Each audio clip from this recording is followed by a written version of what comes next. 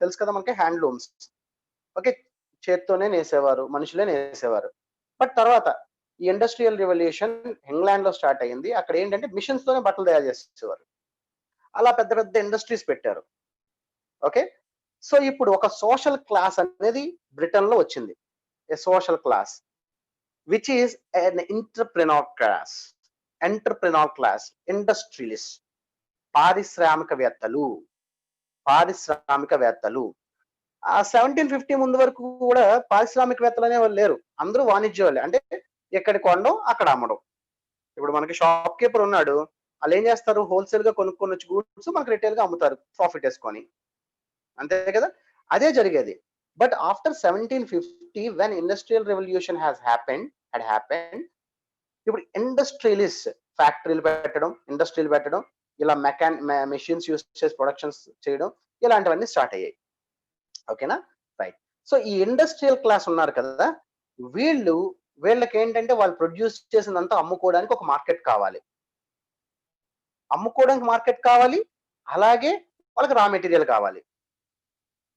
They found India was a suitable place.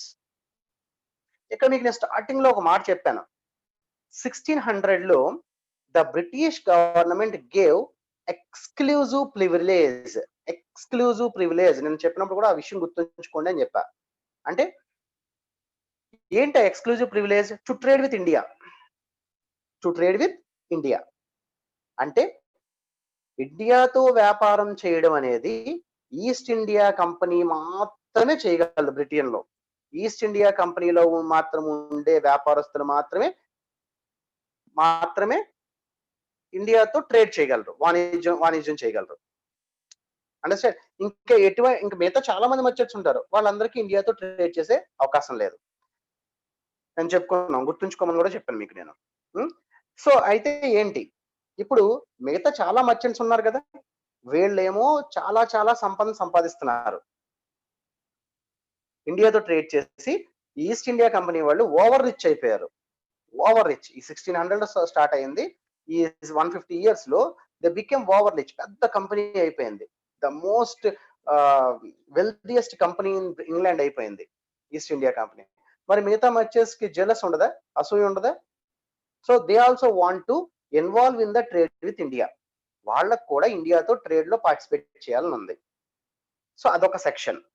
రెండో చెప్పాను కదా, industrial class, the entrepreneur class which had emerged due to industrial revolution.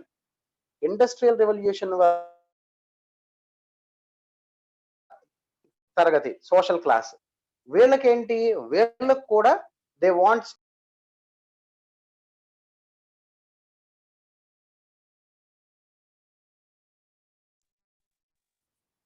Want స్టేక్స్ in India. అంటే ఇండియాతో వ్యాపారం చేయడం, ఇండియాలో వాళ్ళ ప్రొడక్షన్ అమ్ముకోవడం, వీటన్ని ఇంట్రెస్ట్ ఉంది.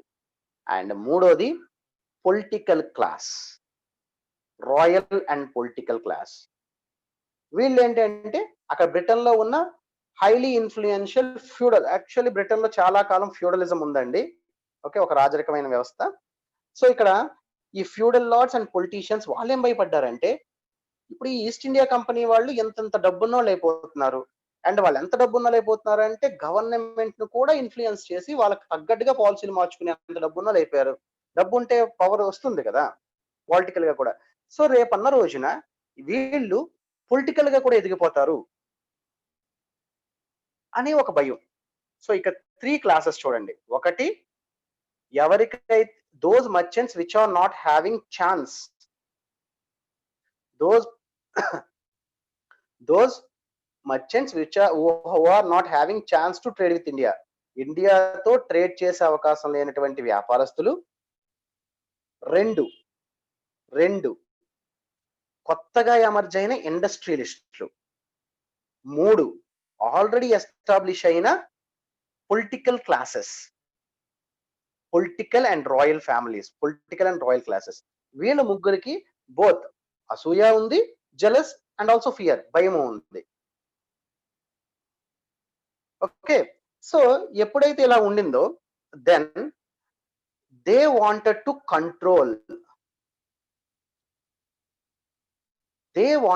Control East India company activities. అప్పుడు వాళ్ళు ఏం చేశారంటే, సో కంట్రోల్ చేయాలంటే వాళ్ళు డైరెక్ట్ గా కంట్రోల్ చేయలేరు కాబట్టి బ్రిటన్ గవర్నమెంట్ మీద ప్రెషర్ తీసుకొచ్చారు. they brought pressure on the Britain government to regulate East India Company activities in India. మనం ఇలాగే వదిలేస్తే బ్రిటన్ గవర్నమెంట్ మించిపోయి గవర్నమెంట్ అయిపోద్ది British East India company.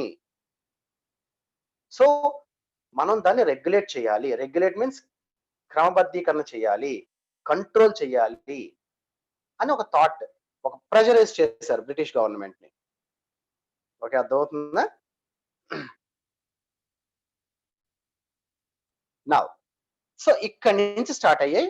So ఈ ఈ ఈ ప్రెషరైజ్ చేసిన తర్వాత ఇంకా గవర్నమెంట్ కూడా అనుకుంది, యా ఇప్పుడు already the trading establishment British East India company అనే ఒక వ్యాపార సంస్థ, దానికి దివానీ పవర్స్ వచ్చాయి, నిజామత్ పవర్స్ వచ్చాయి. అంటే ఒక గవర్నమెంట్ ఉండే పవర్స్ అది అక్వైర్ చేసేసుకుంది. చేసుకున్నప్పుడు ఇప్పుడు అదంతా దాని సక్సెసే, అంటే బ్రిటిష్ ఈస్ట్ ఇండియా కంపెనీ సక్సెసే అనుకుంటే కంపెనీ ప్యారలల్ గవర్నమెంట్ అయిపోతుంది, బ్రిటన్ గవర్నమెంట్ ని ఛాలెంజ్ చేసే స్థాయికి వెళ్ళిపోతుంది. సో అప్పటి నుంచి స్టార్ట్ అయిందనమాట regulating east India company activities in India. East India company యొక్క చర్యల్ని నియంత్రించడం అనేది అప్పటి నుంచి స్టార్ట్ చేశారు. దీనికి అదే చెప్పాను కదా, 70-50 నుంచి అనుకుంటూ 70s వచ్చేసరికి బాగా బలంగా ఫామ్ అయింది అనమాట. ఎలాగైనా సరే ఈస్ట్ ఇండియా కంపెనీని నియంత్రించాలి, లేదంటే ఇక్కడ గవర్నమెంట్ నే షేక్ చేస్తుంది అని వచ్చిన తర్వాత, సో ఫస్ట్ 1773లో ఫస్ట్ యాక్ట్ తీసుకొచ్చారు. చూడండి, యా ఇప్పటి నుంచి మనం యాక్చువల్ సిలబస్ లోకి వెళ్ళిపోతున్నాం మనం. ఓకే, నెక్స్ట్ పీరియడ్ 1773 to 1858 ఈ రోజు నా టాపిక్ ఆఫ్ ఇంట్రెస్ట్. 1770 ఎలాంటి యాక్ట్స్ తీసుకొచ్చారు, దేనికోసం తీసుకొస్తున్నారు యాక్ట్స్ అన్ని? ఇండియా అనేది బాగుపడుతుందని కాదు, in order to control, in order to regulate east India companies activities in India. East India company యొక్క చర్యలు, అది ఇండియాలో చేస్తున్న చర్యల్ని నియంత్రించి అది ఆర్జించే వెల్త్ లో, అంటే అది సంపాదించే దాంట్లో గవర్నమెంట్ కూడా షేర్ కావాలి, ఇంకా ఎక్కువ షేర్ కావాలి. అది ఏం చేస్తుంది? ట్యాక్సులు కడుతుంది అంతే. బట్ ఇక్కడ దివానీ పవర్స్, అంటే భూమి శిస్తు వసూలు చేసుకునేది కూడా వచ్చేసింది. సో వీటన్నిటిలోని కూడా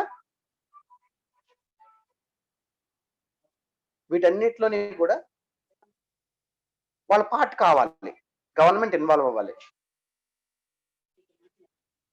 జస్ట్ ఏ మినిట్. చెప్తున్నా.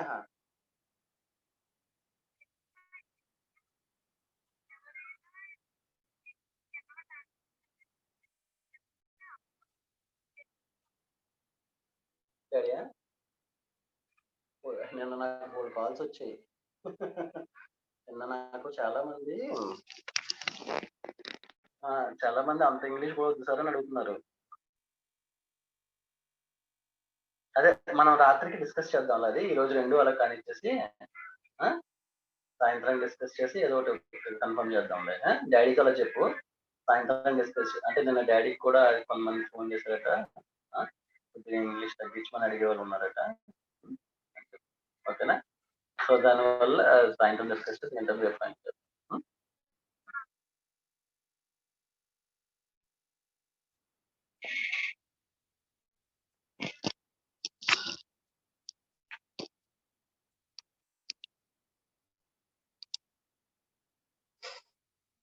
ఓకే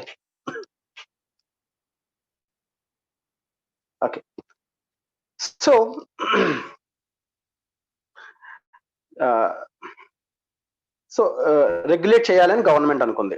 సో గవర్నమెంట్ అనుకొని కొన్ని యాక్ట్స్ తీసుకొచ్చింది. Those are the initiation for the establishment of constitution of India. Actually వాళ్ళు ఇండియా కోసం ఏదో చేద్దామని కాదు, they don't have any intention to do anything to India. Okay, their intention is to just control the British East India Company activities in India. Understand? So in this process, they brought some acts into India. those acts are some founding stones for the makeup of constitution. Okay, yeah, I am keeping a screen. See, ఇక్కడ నేను screen English లో పెడుతున్నాను, English తెలుగులో రెండిట్లో చెప్తాను.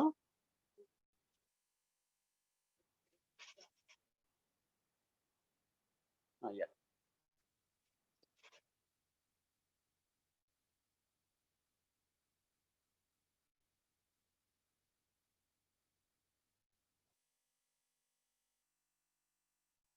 Yeah, the notes will be very, very comprehensive. It's my own notes. అది నేను మీకు చూపిస్తున్నాను. I am showing it in English and I will teach you in English and Telugu. And after class అయిపోయిన తర్వాత Telugu medium వాళ్ళ కోసం అని చెప్పి నేను ఫైల్ పంపిస్తాను, మీరు ఆ ఫైల్లో చదువుకోండి. అండ్ మోర్ ఓవర్ నేను చెప్పేటప్పుడు ఇవన్నీ కూడా నేను కీ పాయింట్స్ అన్ని కూడా write down in our own language. మీరు ఇంగ్లీష్ అయితే ఇంగ్లీష్, తెలుగు అయితే తెలుగులో అవన్నీ రాసుకోండి. అలాగే and yesterday sir has sent you, we have sent you some Laxmikanth material. ఒక నిమిషం, just listen, students. For Indian polity and constitution, very well established book is M. Lakshmikant. Okay. అది 5th edition 6th edition మీకు internet లో available గా ఉంది. మేము 5th edition కూడా post చేసాము, అండ్ దాన్ని డౌన్లోడ్ చేసుకోండి. ఓకే, బుక్ కొనుక్కునేలా ఉంటే బుక్ కొనుక్కోండి, it's well and good. Book ఖచ్చితంగా ఉండాలి. యా, తెలుగు బుక్ కూడా పెట్టండి అని అడుగుతున్నారు. అంటే తెలుగు బుక్ నేను చూసాము, బట్ దట్ తెలుగు బుక్ కూడా బోత్. వినండి ఒకసారి నేను చెప్పేది ఒకసారి. ఇంగ్లీష్ మీడియంలో చదివే వాళ్ళ గురించి ముందు చెప్తున్నాను. Those people who want to read in English, study in English, M Laxmikanth. Okay, it is very good book. All civils aspirants, groups aspirants study that book only. Okay, అంటే ఆ బుక్ ఒక్క బుక్ చదివి సరిపోద్దని నేను అనట్లేదు, but that is the main reference book. దాని నుంచి current affairs apply చేసుకొని we have to deal it. Okay, next for Telugu medium students, M Laxmikanth is also Lakshmikanth అనేది తెలుగు మీడియంలో కూడా అవైలబుల్ అవుతుంది. ఓకే, అయితే అది వీ హ్యావ్ ట్రైడ్, అది ఎక్కడ నాకు తెలుగు మీడియంలో పీడిఎఫ్ దొరకలేదు. ఇంకొక book B Krishna Reddy.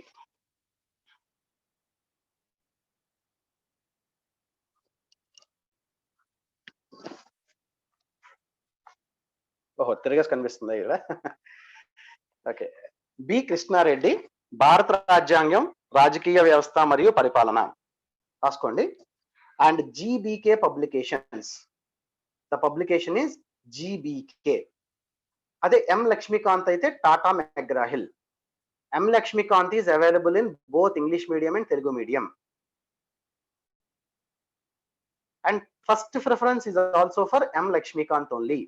Telugu medium students కూడా ఎం లక్ష్మీకాంత్ దొరికితే అదే కొనుక్కొని అదే చదవండి. ఓకే, లేదు దొరకలేదు అంటే కనుక మేము ఇది బి కృష్ణారెడ్డి, ఇది అవైలబుల్ గా ఉంటుంది. ఈవెన్ చిన్న టౌన్స్ లో కూడా బుక్ స్టోర్స్ లో ఉంటుంది. ఓకే, అండ్ మోర్ ఓవర్ ఈ బుక్ అయితే పీడిఎఫ్ ఉంది, కానీ అది ఒక జెరాక్స్డ్ వెర్షన్ పీడిఎఫ్, ప్రింటింగ్ సరిగ్గా లేదు. Okay, one of our friends, మీకు అది నేను మళ్ళీ పోస్ట్ చేస్తానులేండి. కానీ అందుకని ఏం చేస్తున్నానంటే ఎవ్రీ క్లాస్ కి నేను అది స్క్రీన్ షాట్స్, అదే క్యామ్ స్కానర్ లో పీడిఎఫ్ తీసి ఏ క్లాస్ కి ఆ క్లాస్ నేను పంపిస్తాను. వై బికాజ్ అది చాలా number of pages, approximately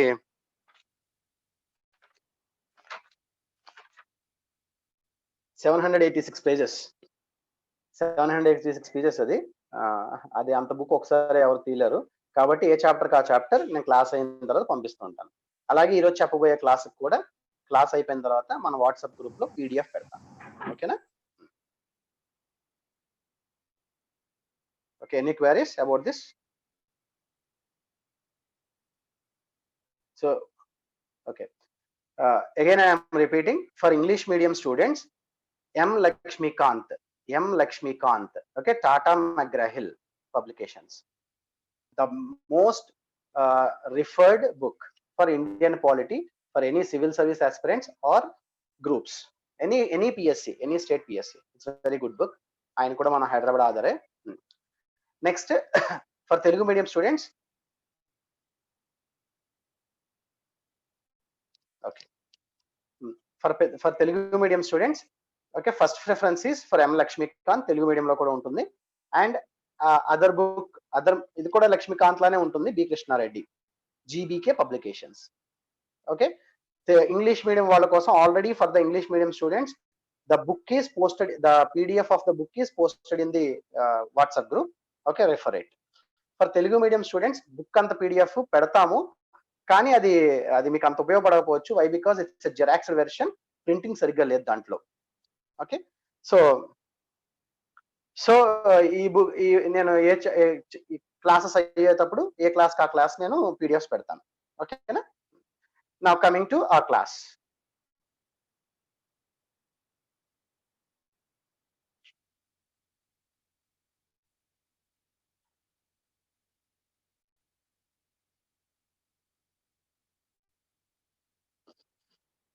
yes, regulation start అయింది. ఏ regulation? British, the regulating British East India Company by the British government and British Parliament. Okay, so this is the heading, different acts by British Parliament. చాలా number of acts ఉంటాయి, and competitive examinations కూడా ఇందులో వచ్చే points చాలా చాలా అవసరం. Okay, and mainly ఇక్కడ నేను చెప్పేది మీరు ఏం కాన్సన్ట్రేట్ చేయాలంటే ద జిస్ట్. ఓకే, భావం. అంటే నేను ప్రతి యాక్ట్ కూడా, యాక్చువల్లీ యాక్ట్ అంటే వాళ్ళు ఏదో యాక్ట్ చేయాలి కదా అని చెప్పి చేయలేదు వాళ్ళు, చట్టాన్ని తీసుకురావాలి కదా అని చెప్పి చట్టాలు చేయలేదు వాళ్ళు. Every act has some motive. ప్రతి యాక్ట్ కి కూడా ఒక చిన్న మోటివ్ ఉండింది, ఆ మోటివ్ కి అకార్డింగ్ గా వాళ్ళు తీసుకొస్తున్నారు. అండ్ మనం ఇక్కడ ఆ జిస్ట్ అంతా అర్థం చేసుకుంటూ ఉంటే ఆటోమేటిక్ గా పాయింట్స్ మనకు గుర్తుండిపోతుంటాయి. Okay, right. ఫస్ట్ యాక్ట్ రాసుకోండి, రెగ్యులేటింగ్ యాక్ట్ ఆఫ్ 1773.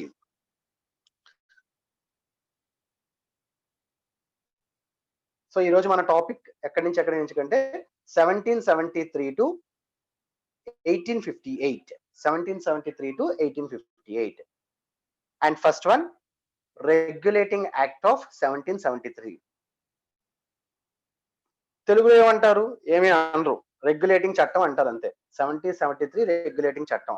మళ్ళీ దీన్ని తెలుగు డబ్బింగ్ చేయకండి, నియంత్రణ చట్టం అలాంటి ఏం లేదు, అలాగే యూజ్ చేసేస్తారు. రెగ్యులేటింగ్ చట్టం 1773 రెగ్యులేటింగ్ చట్టం. అండ్ బ్రాకెట్ లో రాసాను చూడండి,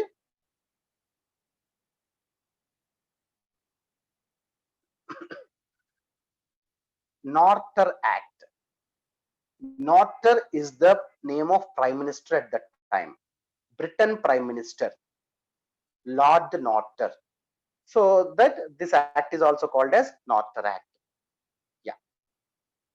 So ఎందుకు తీసుకొచ్చారు ఈ యాక్ట్ ని? First of all, in order to control the company's administration in India. So company యొక్క పరిపాలనని, అంటే వాళ్ళు ఇప్పుడు పరిపాలన, నేను చెప్పాను, the company has transformed from a trade establishment to an administrative body. ఒక వ్యాపార సంస్థ నుంచి ఒక పరిపాలనా సంస్థగా కూడా అది రూపాంతరం చెందింది. అంటే ఒక పక్కన వ్యాపార వాణిజ్యాల పనులు ఉన్నాయి, ఫంక్షన్స్ ఉన్నాయి దానికి, అలాగే పరిపాలనా విధమైన ఫంక్షన్స్ కూడా ఉన్నాయి దానికి కదా.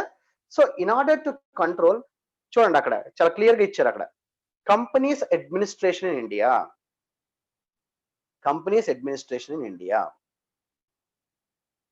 ఓకే, అంటే పరిపాలనా సంబంధమైన విషయాల్ని కంట్రోల్ చేయడానికి, వ్యాపార సంబంధమైన విషయాలను కాదు. బ్రిటిష్ పార్లమెంట్ ఉద్దేశం పరిపాలనా సంబంధమైన, ఎందుకంటే అది గవర్నమెంట్ పని, కంపెనీ చూస్తే అలాగా, అది వాళ్ళ ఉద్దేశం అనమాట. Okay, right. సి నెక్స్ట్ ఏంటి, ఎలా కంట్రోల్ చేయాలనుకుంటుంది? How the British parliament or the British government want to control the British East India Company's activities in India. ఇప్పుడు ఏ కంపెనీకైనా సరే కొంతమంది డైరెక్టర్స్ ఉంటారు. Every company will have certain number of directors. ఇప్పుడు మన Reliance ఉంది, ఒక డైరెక్టర్స్ ఉంటారు, డైరెక్టర్స్ లో ఒక CEO ఉంటారు, అవునా, ఒక మేనేజింగ్ డైరెక్టర్ ఉంటారు, జనరల్, ఇలా డైరెక్టర్స్ ఉంటారు చాలా మంది. టాటా కంపెనీలో కొంతమంది డైరెక్టర్స్ ఉంటారు. సో ఈ డైరెక్టర్స్ అనేది దట్ ఈస్ ద అత్యున్నత డెసిషన్స్ తీసుకునే body. That is the most the final decision making body of the company.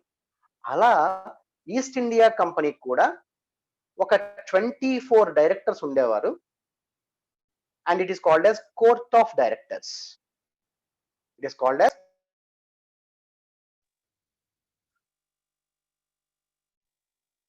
Okay. The east India company also has 24 directors. అంటే ఇన్వెస్ట్ చేసిన అందరూ డెసిషన్స్ తీసుకోలేరు కదా. ఇప్పుడు ఫర్ ఎగ్జాంపుల్ షేర్ మార్కెట్ లో మీరు ఒక రిలయన్స్ షేర్ కొన్నారనుకోండి, you are also a share holder of the Reliance company, but you can't take decisions of the Reliance company. దానికి తీసుకోవడానికి డైరెక్టర్స్ అయి ఉండాలి. అండర్స్టాండ్? అదే కోర్ట్, మనకైతే ఇక్కడ బోర్డ్ ఆఫ్ డైరెక్టర్స్ అంటారు ఇప్పుడున్న కంపెనీస్ కి. ఆ రోజుల్లో అప్పుడు it is called as court of directors. 24 ఉండేవారు, 24 directors. Okay. The court of directors is the topmost decision making body of the company. Yeah. So now what this act want to do, that act want the court of directors to submit all the communication received from Bengal on civil, military and revenue affairs of in India to British government. అంటే అక్కడ చూడండి మళ్ళీ బెంగాల్ ఎందుకంత Bengal peculiar? Bengal నేను మనం చెప్పుకున్నాం. Actually ఇక్కడ ఇంకో విషయం మీకు జస్ట్ చెప్తానండి. ఈస్ట్ ఇండియా కంపెనీ యాక్టివిటీస్ బాగా కాన్సన్ట్రేట్ అయ్యింది ఎక్కడంటే ఇండియాలో బాంబే. అంటే ఈ రోజున్న బాంబే సిటీ కాదండి, Gujarat and Maharashtra and some pockets of Karnataka. Gujarat, Maharashtra and some portions of Karnataka కలిపి అప్పుడు దాన్ని బాంబే ప్రెసిడెన్సీ అనేవారు. ఏమనేవారు? బాంబే ప్రెసిడెన్సీ. ఓకే, అదొకటి. నెక్స్ట్ మద్రాస్ ప్రెసిడెన్సీ అంటే ఇప్పుడున్న ఏపీ మొత్తం, కోస్టలాంధ్ర మొత్తం,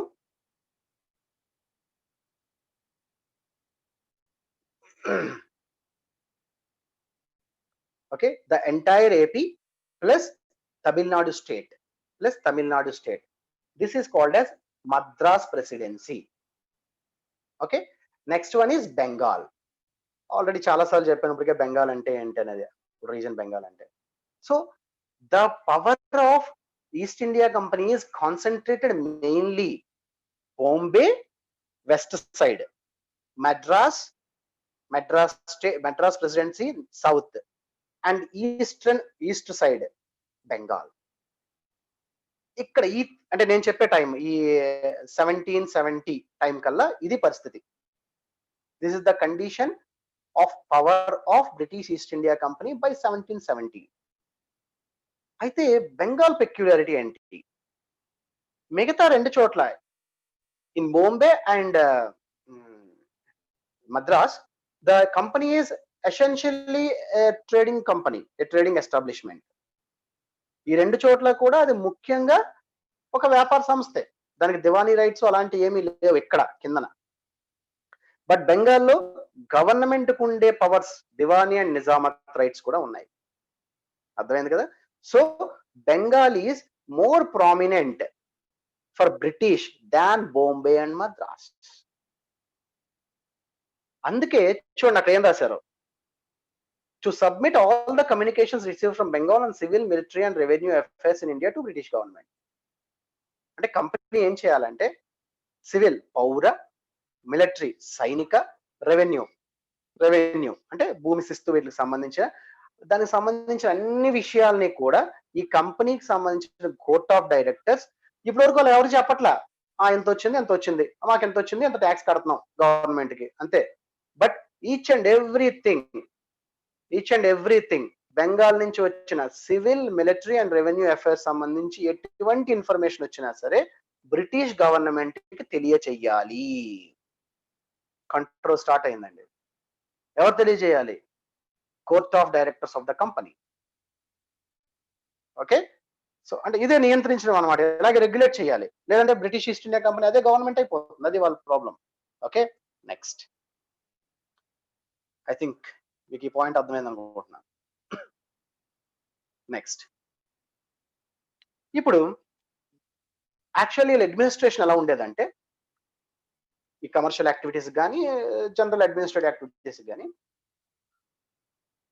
బొంబేలో ఒక గవర్నర్ ఉండేవారు, governor of Bombay, Madras governor, governor of Madras and governor of Bengal. వీళ్ళు ఆ పార్ట్ లో ఎవరికి వాళ్ళు ఇండిపెండెంట్ గా వర్క్ చేస్తూ ఆ గవర్నర్ కిందన, గవర్నర్ అంటే మనకు ఇప్పుడున్న గవర్నర్ కాదు, గవర్నర్ అంటే కంపెనీ గవర్నర్, కంపెనీలో ఒక top most official, that's all. కానీ అప్పుడు ఇప్పుడు నేను చెప్పే ఈ గవర్నర్ తర్వాత ఇప్పుడు గవర్నర్ గా మారాడు అనమాట. Okay, this same governor, the company governor has transformed into the now governor of the state. అదే సో కాదు, అప్పుడు ఉన్న గవర్నర్ వేరు, ఇప్పుడు ఉండే గవర్నర్ ఉండే యాక్టివిటీస్ వేరు, అది గుర్తుంచుకోండి. So there is a governor for Bombay, there is a governor for Madras and there is a governor for Bengal. And ఆ పోర్షన్స్ లో బాంబే గవర్నర్ పని ఏంటి అంటే, ఆ కింద చాలా మంది అఫీషియల్స్ ఉంటారు, ఇంకా వాళ్ళ ట్రేడ్ యాక్టివిటీస్ ఏంటి, ఎంత డబ్బులు వస్తున్నాయి, ఓకే, ఇవన్నీ చూసుకోవడం, ఓకే, ఎంత ట్యాక్స్ కట్టాలి, ఇవంతా చూసుకోవడం అనమాట, అంతవరకు ఉండదు. But of all these three governors, governor of Bengal is very, very prominent. Why? Because governor of Bengal has both trade functions, trade powers, and also government powers like revenue collection and police and judicial powers. So ఈ ముగ్గురులోని governor of Bengal అనేవాడు కొద్దిగా ఎక్కువ powers ఉన్నవాడు కదా. So he was made not governor of Bengal, he was raised to Governor General of Bengal. ఆయన ఏం చేశారండి, governor general of Bengal అన్నారు. బాంబే గవర్నర్ ని అగైన్ మద్రాస్ గవర్నర్ ని కూడా గవర్నర్ అంటారు, బట్ గవర్నర్ ఆఫ్ బెంగాల్ మాత్రం now they started to call him as Governor General of Bengal. And to assist him, a council of 4 members was formed. మరి ఆయన activities పెరిగిపోయాయి కదా, he has to look the trade affairs, వ్యాపార వాణిజ్య సంబంధాలను చూడాలి, అలానే judicial powers, police powers, Diwani powers, so many powers he has. So అన్ని యాక్టివిటీస్ ఆయన ఒక్కడే చేయలేడు కాబట్టి he was assisted by executive council of 4 members. చూడండి, ప్రతి దానికి ఒక రీజన్ ఉంది. ఓకేనా, రైట్. ఇప్పుడు ఈ governor general of Bengal, okay, and governor of Bombay, governor of Madras and వాళ్ళ కింద ఉన్న officials, all those people work under court of directors. So వీళ్ళందరూ ఇక్కడ ఏమేమి జరుగుతున్నాయి ఇవన్నీ తీసుకెళ్లి కోర్ట్ ఆఫ్ డైరెక్టర్స్ చెప్తారు. ఈ కోర్ట్ ఆఫ్ డైరెక్టర్స్ ఏం చేయాలి, they have to immediately inform to British government. These are the things that are happening in India. These are the things that are happening in civil, military and revenue affairs in Bengal. ఇవన్నీ చెప్పాలి. అర్థమైందండి, right. Now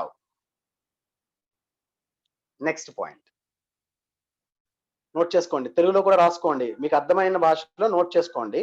and I will send you PDF, ఎలాగా మీకు పంపిస్తాను నేను. పంపించినప్పుడు ఇంకా మీరు ఎలాబొరేట్ గా చదువుకుందరు కానీ, బట్ అర్థమైంది మీరు రాసుకుందే ఇంకా బాగా గుర్తుంటుంది. Okay,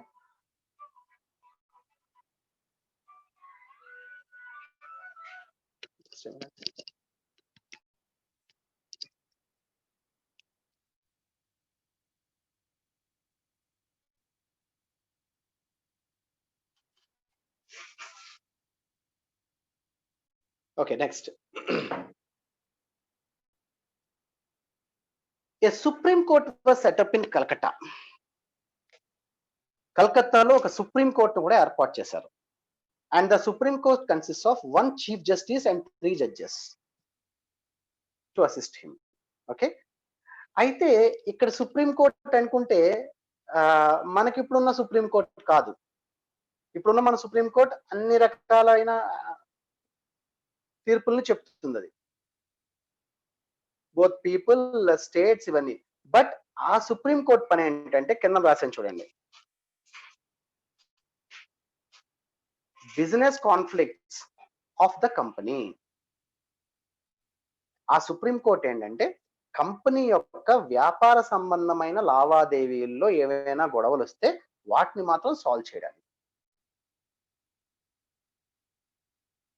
so according to this act, ఒక సుప్రీం కోర్ట్, కల్కట్టాలో ఒక సుప్రీం కోర్ట్ని ఏర్పాటు చేశారు. ఆ సుప్రీం కోర్టులో 1 చీఫ్ జస్టిస్ అండ్ 3 జడ్జెస్ ఉంటారు. Okay.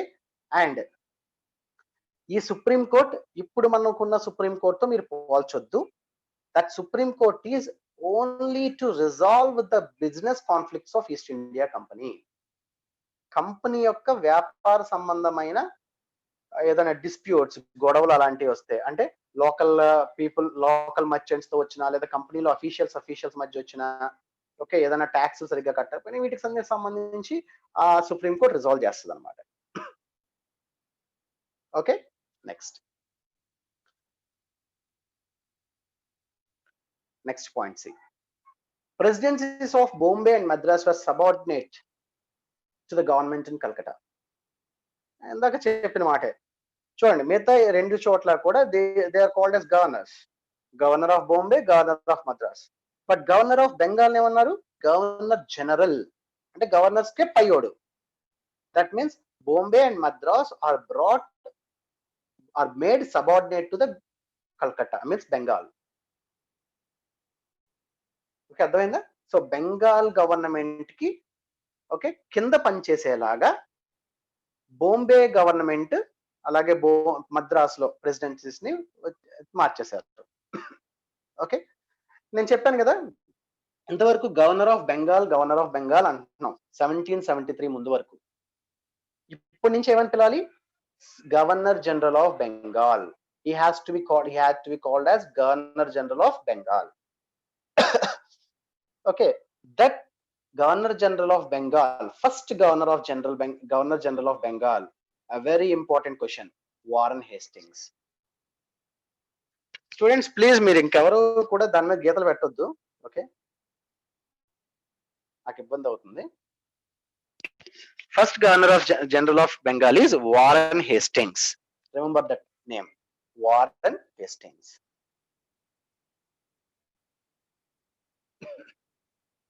Okay, he is superior to Governor of Bombay and Governor of Madras.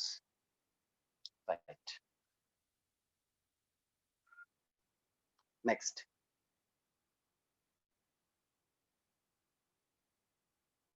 Actually, governors, actually the final decision maker about the company is Court of Directors.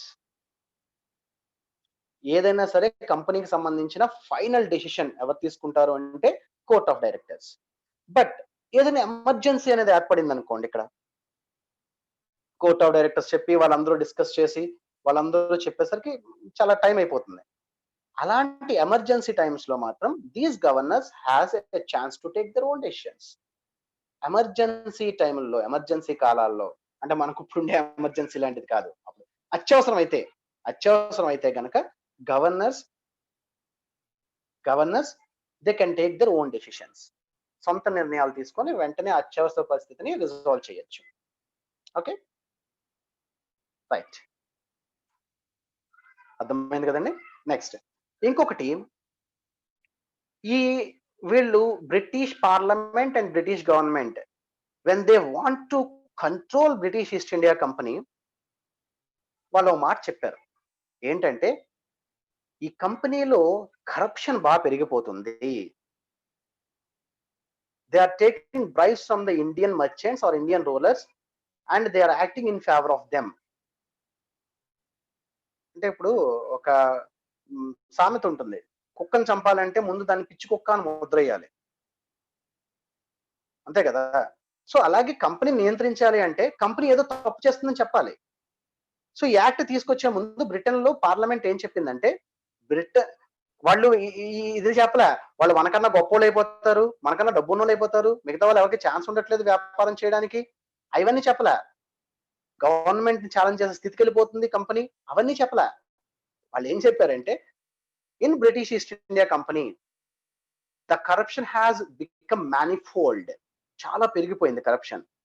So in order to eradicate that corruption we are going to control British East India Company activities. కంపెనీలో corruption బాగా పెరిగిపోయింది. Corruption means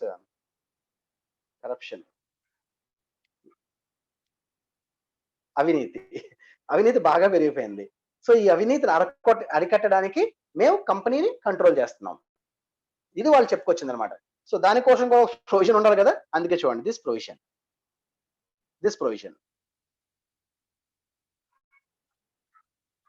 officials should not take gifts from Indians and also prohibit them from engaging in private trade. ఈ company officials ఎవరు కూడా Indians నుంచి, ఇద్దరు వాళ్ళు రాజులైనా వేరే మర్చెంట్స్ అయినా కామన్ పీపుల్ అయినా, వాళ్ళ దగ్గర నుంచి ఎటువంటి గిఫ్ట్స్ అంటే అదే బ్రైబ్, లంచాలు, దానికి అలాగే నీట్ గా పేరు పెట్టారనమాట, గిఫ్ట్స్ అని తీసుకోకూడదు. అలాగే they should not indulge in private trade, అంటే అఫీషియల్స్ ఎప్పుడు కంపెనీ ట్రేడ్ చేయాలి తప్ప వాళ్ళుగా సొంతంగా ఏ తీసేసుకొని లాగే ఏదైనా స్టోర్ లో ఉన్నాయి దాచేసుకొని వాళ్ళు వెళ్ళి ఎవరికో చీప్ రేట్లకి అమ్మేసుకోవడం మన చోరు బజార్లో జరుగుతుంటాయి కదా, అలాంటివి చేయకూడదు.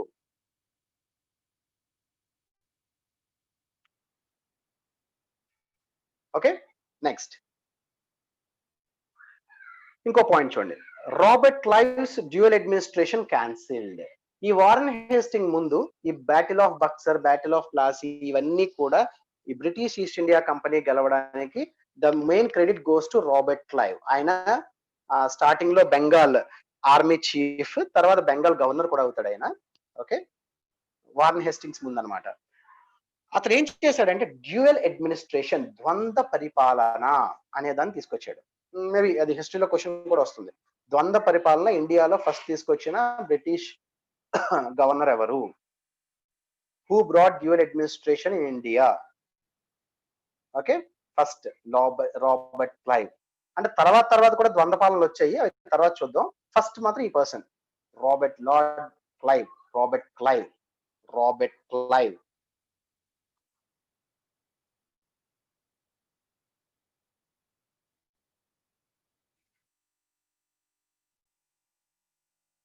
ఓకే, ఏంటి ద్వంద్వ పాలన అంటే, ఇప్పుడు గవర్నమెంట్ పని ఏంటండి, మన గవర్నమెంట్స్ ఉన్నాయి, మన స్టేట్ గవర్నమెంట్స్ కానీ మన సెంట్రల్ గవర్నమెంట్ కానీ, ముఖ్యంగా it has two things. One is power, other is responsibility. అంటే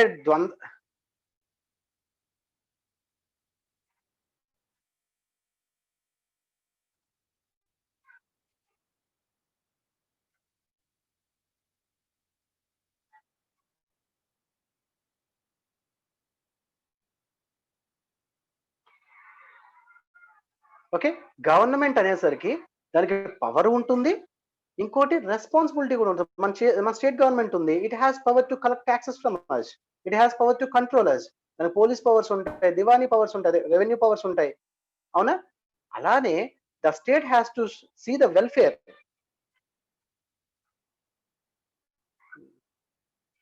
Just I am not getting it. Okay, leave it. So power and also responsibility, అవి రెండు కూడా గవర్నమెంటే చూసుకుంటూ ఉందనుకోండి, that is called as single governance, single administration. అంటే power with responsibility, power ఉంది, responsibility ఉంది, అధికారము ఉంది, బాధ్యత ఉంది. అది single governance, uni governance. Okay, if the government is having both power as well as responsibility, that is called as uni administration, uni governance. ద్వంద్వ పరిపాలన కాదు. ఓకే, చెప్పాలంటే ఓన్లీ సింగిల్ గా ఉండే పరిపాలన. అది ఏంటి రాబర్ట్ క్లైవ్ తీసుకొచ్చిన ద్వంద్వ పరిపాలన అంటే, ఒకసారి వినండి. వీళ్ళకి బెంగాల్లో దివానీ రైట్స్ వచ్చాయి, నిజామత్ రైట్స్ వచ్చాయి. దివానీ రైట్స్ మొఘల్ ఎంపైర్ ఇచ్చారు, and nizamat rights nawab of Bengal ఇచ్చారు. Okay, they acquired diwani rights from Mughal empire and they acquired nizamat rights from nawab of Bengal. ఒక్కసారి రెండు చూడండి, ఒకసారి రెండు పవర్సే. ఒకటేమో రెవెన్యూ కలెక్షన్, వెళ్ళి భూమి శిస్తు వసూలు చేసే పవర్. రెండోది పోలీస్ అండ్ జ్యుడిషియల్ పవర్, ఏమన్నా మిస్టేక్స్ అయ్యి జరిగితే తీర్పులు చెప్పేది, కంట్రోల్ చేసే పవర్. మరి వాళ్ళ బాధ్యత ఏది? మరి బెంగాల్లో ప్రజలు చాలా మంది నివసిస్తున్నారు, వాళ్ళకి బోల్డ్ అవసరాలు ఉంటాయి. వాళ్ళన్నీ ఎవరు నెరవేరుస్తారు? నవాబ్ ఆఫ్ బెంగాల్ నెరవేరుస్తాడు. నవాబ్కి ఏమో రెస్పాన్సిబిలిటీస్ ఉన్నాయి, బ్రిటిష్ ఈస్ట్ ఇండియా కంపెనీకి ఏమో పవర్ ఉంది. దాన్నే ద్వంద్వ పరిపాలన అంటారు. British East India company has power in both collecting revenue and policing. Nawab of Bengal has responsibility to take care of his people. చూడండి అంత విచిత్రము. అంటే ఇదేవి నవాబ్ ఆఫ్ బెంగాల్ పాపం కావాలని చేసింది ఏం కాదు, తప్పక చేయాల్సి వచ్చింది ఇది. ఆయన British East India company help తీసుకొని గెలిచాడు. తర్వాత జరిగిన చాలా పరిణామాల వల్ల నవాబ్ ఆఫ్ బెంగాల్ ఒప్పుకోవాల్సి వచ్చింది. పవర్స్ వీళ్ళకి ఇచ్చేసి రెస్పాన్సిబిలిటీ ఆయన తీసుకోడు. ఏమండి, పవర్స్ లేకుండా రెస్పాన్సిబిలిటీ అసలు పాసిబుల్? మన స్టేట్ కి ఏ ట్యాక్సెస్ కట్టట్లేదు అనుకోండి, స్టేట్ మన వెల్ఫేర్ ఎలా చూడగలదు? ఎక్కడి నుంచి వస్తాయి డబ్బులు? అందుకని నవాబ్ కూడా ఏం పట్టించుకునేవాడు కాదు. అందుకే very very wealthy far very part Bengal అంటే గంగా నది ప్రవహిస్తుంది అక్కడ. బీహార్ లోంచి, బెంగాల్ లోంచి ఆ బంగ్లాదేశ్ అంతా గంగా నది పద్మ అనే పేరుతో ప్రవహిస్తూ ఉంటది. ఓకే, అటు నుంచి బ్రహ్మపుత్ర వచ్చి ప్రవహిస్తుంది బంగ్లాదేశ్ రీజియన్ లో. బట్ అవి over a period of time ఎందుకు అంత పూర్ స్టేట్స్ అయిపోయాయి, ప్యూర్ పోర్షన్ అయిపోయాయి అంటే ఇదే కారణం అనమాట. రెవెన్యూ ఒకరు కలెక్ట్ చేసేవారు, వెల్ఫేర్ ఇంకోళ్ళు చూసేవారు. వెల్ఫేర్ చూసేవాడికి ఏమో డబ్బులు లేవు, డబ్బులు సంపాదించేవాడేమో వెల్ఫేర్ చూసేవాడు కాదు. అర్థమైంది కదండి? అది dual administration. And that dual administration was cancelled by 1773 act. Okay, ఇప్పుడు ఈ యాక్ట్ లో మీరు ఒకటి బాగా అబ్జర్వ్ చేయండి. Central administration, it laid foundation for central administration. అంటే కేంద్రీకృత పరిపాలనకి ఇది బీజం వేసింది యాక్ట్. ఎందుకు ఇలా అంటున్నానంటే, యాక్చువల్లీ మీకు ఇందా చెప్పాను, బాంబేలో ఒక గవర్నర్ వాడు చూసుకునేవాడు, ఇక్కడ మద్రాసులో ఒక గవర్నర్ అతను చూసుకునేవాడు, బెంగాల్లో గవర్నర్ బెంగాల్ పని చూసుకునేవాడు. బట్ ఏం చేసింది act? The governance, the presidencies of Bombay and Madras are brought under the supervision of Bengal. అంటే ఎక్కువ పవర్స్ తీసుకెళ్లి ఒక చోట పెట్టింది. అది కేంద్రం లెక్క అన్నమాట, ఇవి స్టేట్స్ లెక్క అన్నమాట, రీజియన్స్ లెక్క. అండర్స్టాండ్? సో ఇలా చెప్పచ్చు, this act laid foundation for central administration in India. So భారతదేశంలో క్వశ్చన్ అడుగుతారు, భారతదేశంలో ఏ చట్టం ఏ కేంద్రీకృత పరిపాలనకి బీజం వేసింది అని అడగచ్చు క్వశ్చన్. 1773. మొత్తం యాక్ట్స్ అన్ని అయిపోయిన తర్వాత ప్రీవియస్ గా ఏ క్వశ్చన్స్ వచ్చాయో కూడా మీకు చూపిస్తాను. Maybe by tomorrow we will complete the acts. Hello, ఇలాగా మీరు గీతలై పెట్టకండి. యా, ఒకసారి రివైజ్ చేద్దామా? సో కంపెనీ రెగ్యులేట్ చేయాలని నిశ్చయించుకున్న British East India company activities ని రెగ్యులేట్ చేయాలని బ్రిటిష్ పార్లమెంట్ నిశ్చయించుకుంది. అండ్ కారణాలు చెప్పాను ఇది వరకు. And now the regulation started. First one is regulating act of 1773.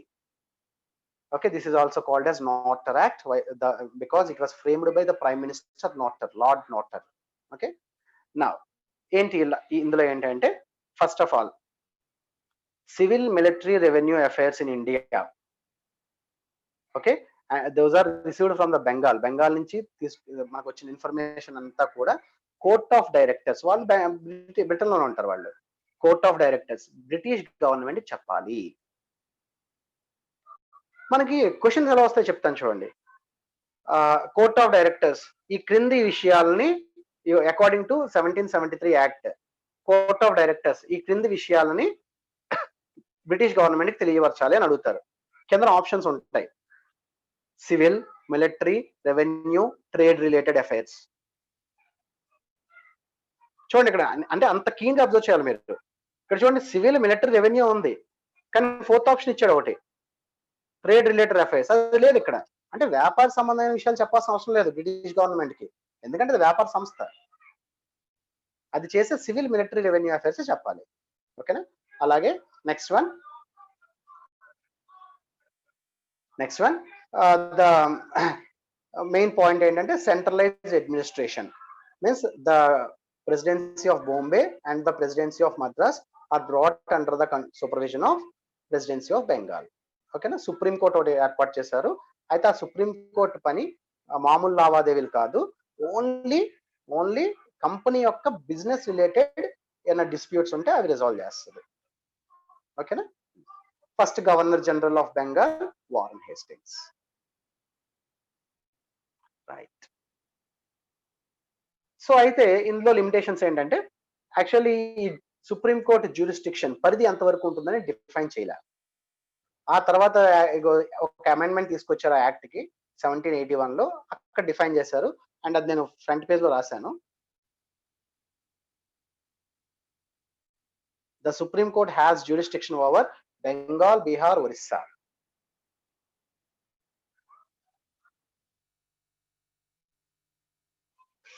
Okay, now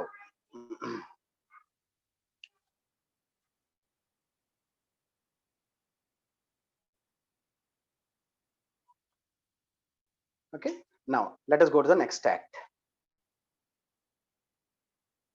Pitt's India Act of 1784. 1773. అలాగే 1773 లో ఇంకోటి చెప్పారండి, మర్చిపోయాను, అక్కడ రాయలేదు. Charter was extended for 20 more years.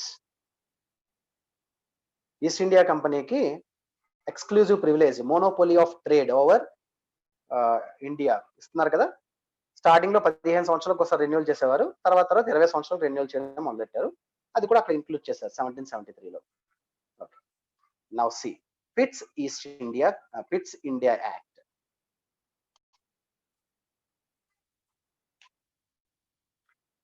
Pits అనేది అప్పుడున్న ప్రైమ్ మినిస్టర్ పేరు, William Pitts. In 1784 the prime minister of Britain was William Pitts. ఆయన ఫ్రేమ్ చేసిన యాక్ట్ అనమాట అది, అందుకని పిట్స్ ఇండియా యాక్ట్ అంటారు దాన్ని.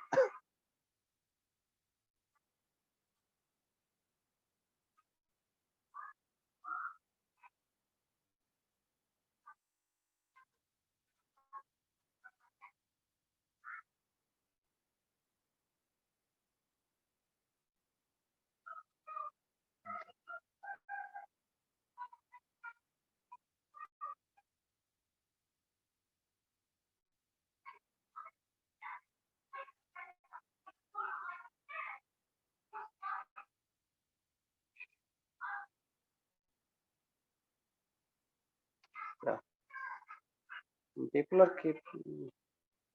What happened, Mr.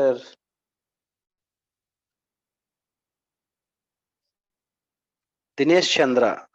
ఏంటిది?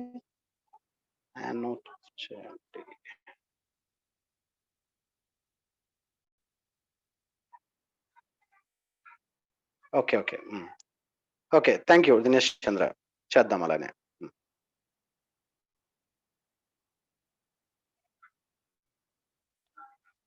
ఓకే అమ్మా, ఓకే, సరే. Right.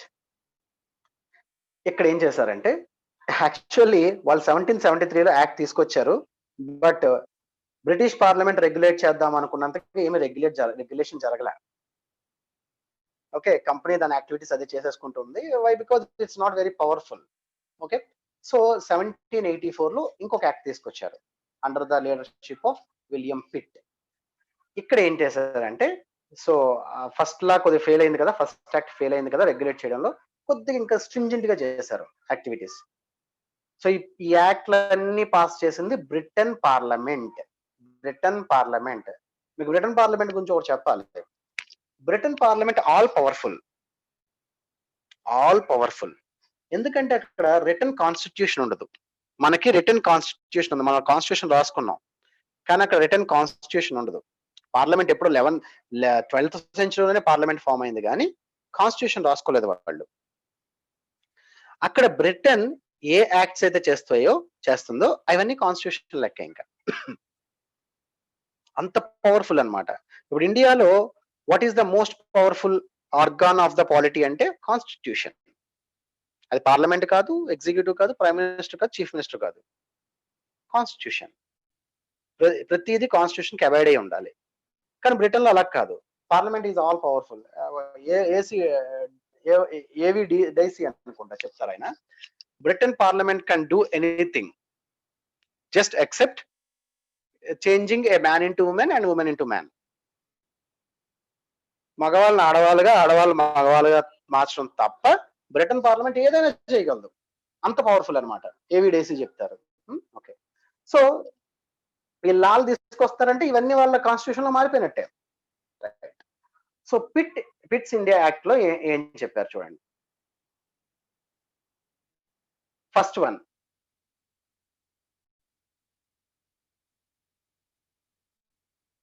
Distinguished between commercial and political functions of the company. ఇప్పుడు కంపెనీ నేను చెప్పాను ఈ అందుకే నేను నిన్నంతా హిస్టరీ చెప్పింది అంతా అనమాట. డైరెక్ట్ ఇవన్నీ చదివితే ఏదో బట్టి పడడానికి పనికి వస్తాయి కానీ అసలు ఏం జరిగిందో తెలియదు. అందుకే I have went in to history. ఇప్పుడు కంపెనీ ఎలా మారింది? ఒక కంపెనీ, ట్రేడ్ ఎస్టాబ్లిష్మెంట్, వ్యాపార సంస్థ, it is having both trade functions, trade related functions and political functions, revenue collection, police and judicial functions. So ఇప్పుడు ఏం చేశారంటే, first of all the companies commercial functions అంటే వ్యాపార సంబంధమైన విధులని, పొలిటికల్ ఫంక్షన్స్ రాజకీయ సంబంధమైన విధుల్ని విడగొట్టి these commercial functions they has to be governed by court of directors. ఇందా చెప్పాను కదా 24 మెంబర్స్ ఉంటారని వాళ్ళు. అండ్ పొలిటికల్ ఫంక్షన్స్ ఏది సివిల్, మిలిటరీ, రెవెన్యూ ఇవన్నీ ఉన్నాయి కదా. These political functions of the company will be governed by a new body called as board of control.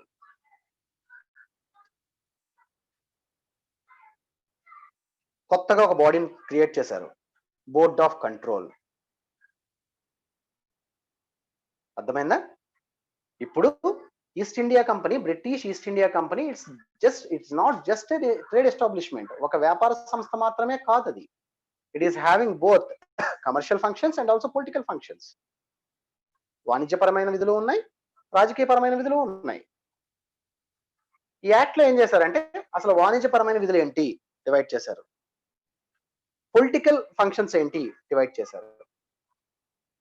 చేసి commercial functions will be governed by court of directors. వాళ్ళ పక్కన అదే కదా, వాళ్ళదే కంపెనీ, వాళ్ళు చూసుకుంటారు. And political functions will be governed by a new body called as board of control.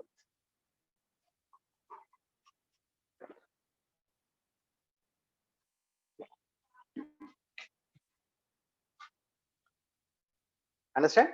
Right. ఒక్కసారి board of control చూడండి, మీకు మొత్తం అర్థమైపోద్ది ఎలా కంట్రోల్ చేద్దాం అనుకుంటున్నారు కంపెనీని.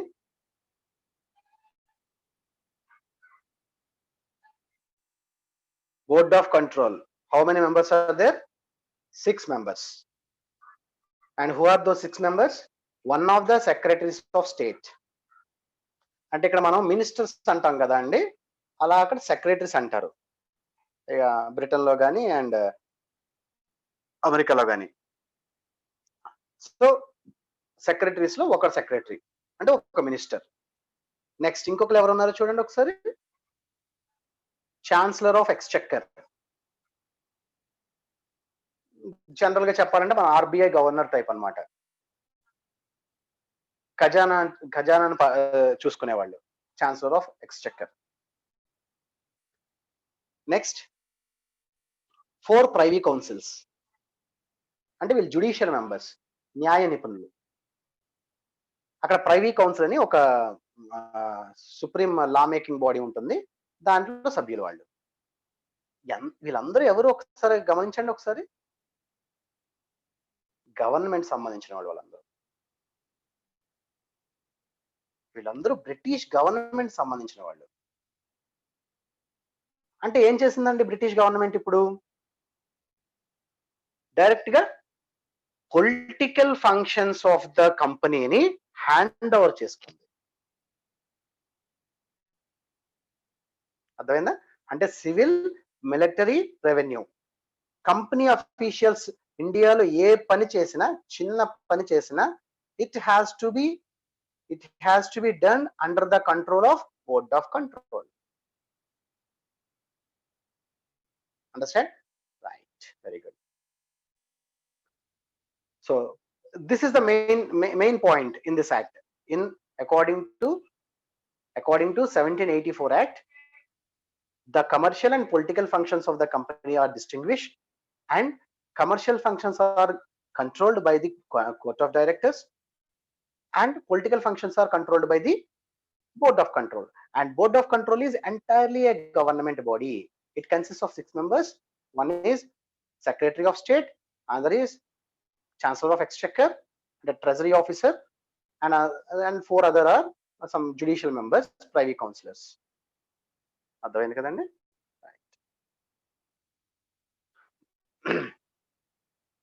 సో అది broad division.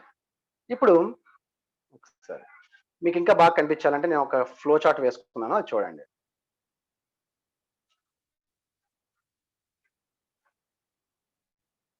After this act, government of India ఎలా ఉండేదో చూడండి ఒకసారి. అంటే ఇండియా అఫైర్స్ ఎలా కంట్రోల్ అయ్యావో చూడండి ఒకసారి. ఫ్లో చార్ట్ చూడండి. Ultimate power is held with British crown. British crown అంటే గవర్నమెంట్ అన్నమాట, అలా అంటారు బ్రిటిష్ క్రౌన్. అంటే ఇక్కడ మనకు ప్రెసిడెంట్ అలాగో అక్కడ బ్రిటిష్ కింగ్ అండ్ క్వీన్ అలాగా. అది మొనార్కియల్ కాన్స్టిట్యూషన్, సారీ కాన్స్టిట్యూషనల్ మొనార్కీ. అంటే రాజు రాణి ఉంటారు, but very ceremonial.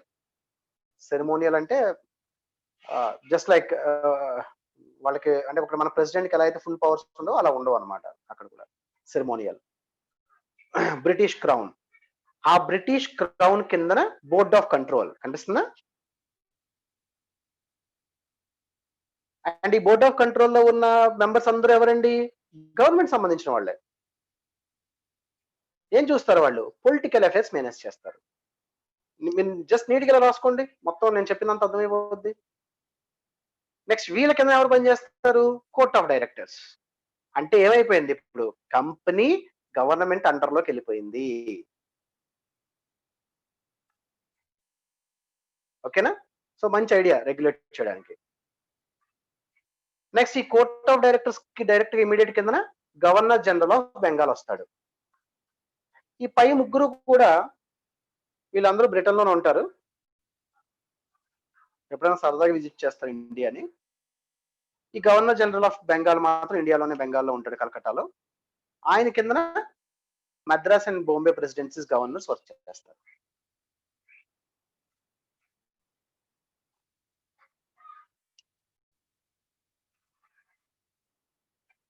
This is the main thing of Pitt's India Act of 1784. Ultimate power of governing Indian affairs lies with British Crown government. And then underlo board of control manages political affairs. And then underlo court of directors manage commercial affairs. And then underlo Governor General of Bengal works in India. And under his control, the governors of Bombay and Bombay and Madras presidencies were.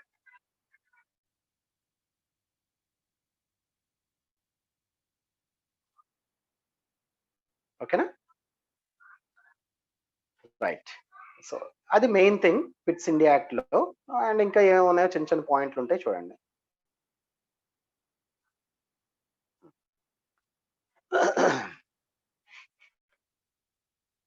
So complete గా political powers are out of hand of company.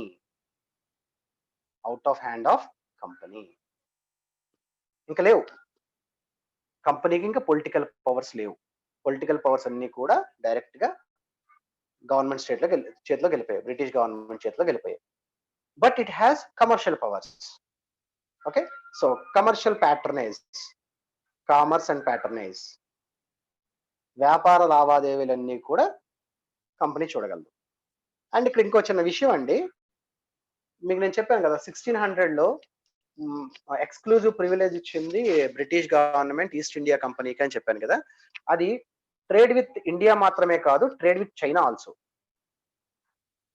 అంటే later on అలాగే జరిగింది.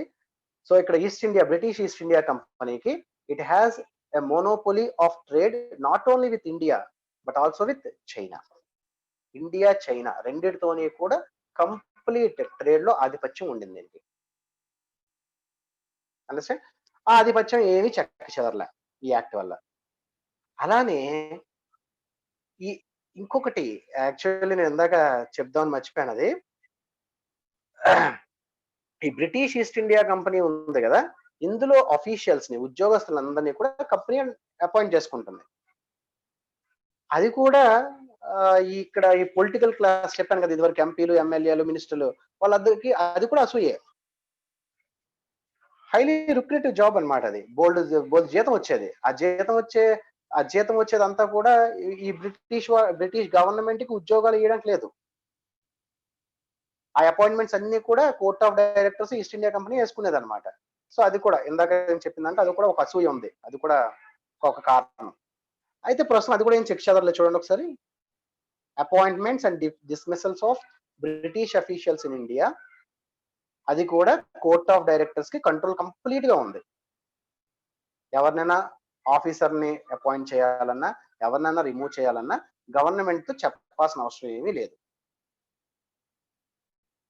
The East India Company has all the power to appoint or dismiss any British officials in India. కాకపోతే ఇక్కడ చిన్నది ఉందో చూడండి, ఒక point. Condition. Principal servants like governor general of Bengal, commander in chief, వాళ్ళని అపాయింట్ చేయాలంటే గవర్నమెంట్ పర్మిషన్ తీసుకొని చేయాలి. మిగతా వాళ్ళు ఎవరికి కూడా పర్మిషన్ అవసరం లేదు. మిగతా వాళ్ళందరినీ ఎవరిని కావాలంటే వాళ్ళని అపాయింట్ చేసుకోవచ్చు, ఎవరిని కావాలంటే వాళ్ళు తీసేసుకోవచ్చు. ఎవరు? Company, court of directors. ఓకేనండి? I hope all of you understand. Next. Okay, ఈ 84 లో చేసిన యాక్ట్ చిన్న అమెండ్మెంట్ తీసుకొచ్చారు. ఆ అమెండ్మెంట్ ఏంటంటే కమాండర్ ఇన్ చీఫ్ అని చెప్పాను కదా. కమాండర్ ఇన్ చీఫ్ అంటే ఆర్మీ జనరల్ అనమాట. Governor general army, governor general of Bengal, commander in chief, ఆ రెండు ఆఫీసర్స్ ని కూడా కంబైన్ చేశారు. అంటే ఒకలే గవర్నర్ జనరల్ ఎవరైతారో, గవర్నర్ జనరల్ ఆఫ్ బెంగాల్ ఎవరైతారో వాళ్ళు ఆర్మీ చీఫ్ కూడా, కమాండర్ ఇన్ చీఫ్. సో అలా కూడా ఫస్ట్ అయ్యింది వారన్ హేస్టింగ్స్.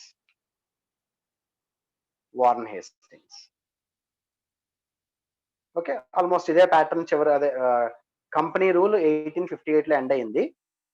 ఓకే, అప్పటి వరకు కూడా అదే కంటిన్యూ అయింది.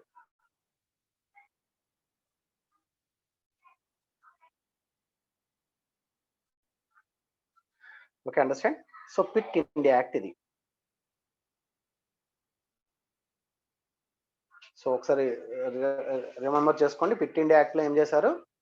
కమర్షియల్ ఫంక్షన్స్ ని, పొలిటికల్ ఫంక్షన్స్ ని డివైడ్ చేశారు. డివైడ్ చేసి commercial functions okay as it is ఎప్పుడులాగే కోర్ట్ ఆఫ్ డైరెక్టర్స్ చూసుకుంటుంది. బట్ పొలిటికల్ ఫంక్షన్స్ ని చూసుకోవడానికి కొత్తగా ఒక బాడీని తయారు చేస్తారు. That is called as board of control and it has 6 members from the government. అదన్నీ మీకు నేను చెప్పాను ఎవరెవరో. Okay, and governor general and commander in chief, army chief officers రెండింటిని క్లబ్ చేసేసారు, దానికి ఒకరే ఉంటారు. అండ్ ఇప్పటికీ కూడా కోర్ట్ ఆఫ్ డైరెక్టర్స్ కి, కంపెనీ కోర్ట్ ఆఫ్ డైరెక్టర్స్ కి అపాయింట్మెంట్స్, డిస్మిసల్స్ కి కంప్లీట్ పవర్ ఉంది, except that governor general and commander in chief. Okay, అలాగే the company has monopoly of trade over India and also China. So China trade కానీ, India trade కానీ ఇంకొకరు ఎవరు రాకూడదు. Britain నుంచి ఇంకొకరు ఎవరు వచ్చి ఇక్కడ ట్రేడ్ చేయకూడదు. వాళ్ళు మాత్రమే వస్తారు, వాళ్ళు ట్రేడ్ చేసుకుంటారు. Right, next act. Keep the heading.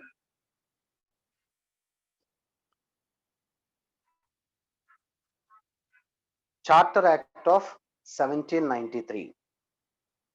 నేను ఈ పక్కన నా కోసం రాసుకున్నాను. ఈ పక్కన చూడండి, కార్న్వాలిస్ ఆ టైంలో గవర్నర్ జనరల్. హిస్టరీలో పనికి వస్తుంది ఆ టైంలో గవర్నర్ జనరల్ ఎవరు అనే క్వశ్చన్ వస్తే కనుక. Cornwallis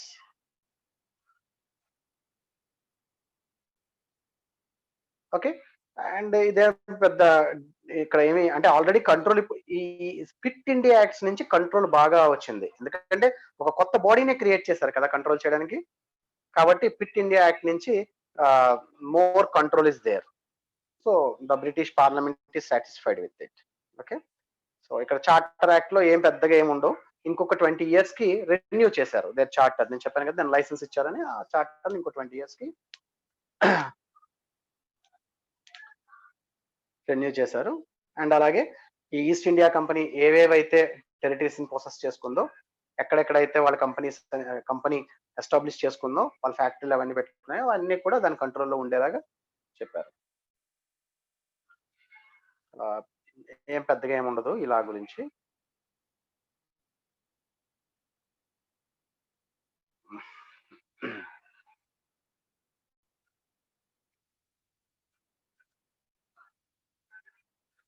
okay. కొద్దిగా గవర్నర్ జనరల్ కౌన్సిల్ లో 4 మెంబర్స్ ఉన్నారు కదా, వాళ్ళని ఇంకొద్ది పెంచారనమాట. ఆయనకి ఇంకా పని లోడ్ ఎక్కువైపోయిందని.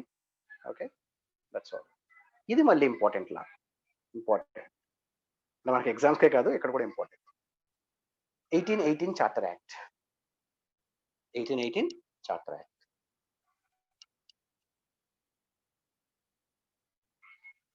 చూడండి.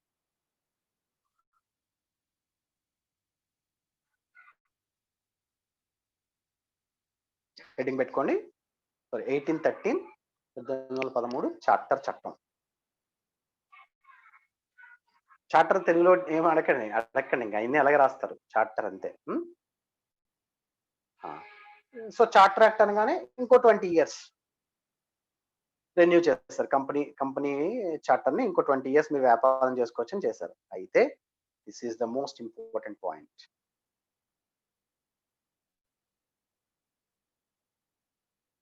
చూడండి. Trade monopoly of company in India ended except in tea trade. ఇండియాలో కంపెనీ యొక్క వ్యాపార ఆధిపత్యాన్ని ఆపేశారు. ఎక్సెప్ట్ ఇన్ టీ ట్రేడ్ అంటే దీని అర్థం ఏంటి? What is the meaning? అంటే ఈస్ట్ ఇండియా కంపెనీతో పాటు ఇంకొకరు ఎవరైనా సరే ఇండియా నుంచి వచ్చి ఇంకొకరు ఎవరైనా సరే బ్రిటన్ నుంచి వచ్చి ఇక్కడ వ్యాపారం చేసుకోవచ్చు.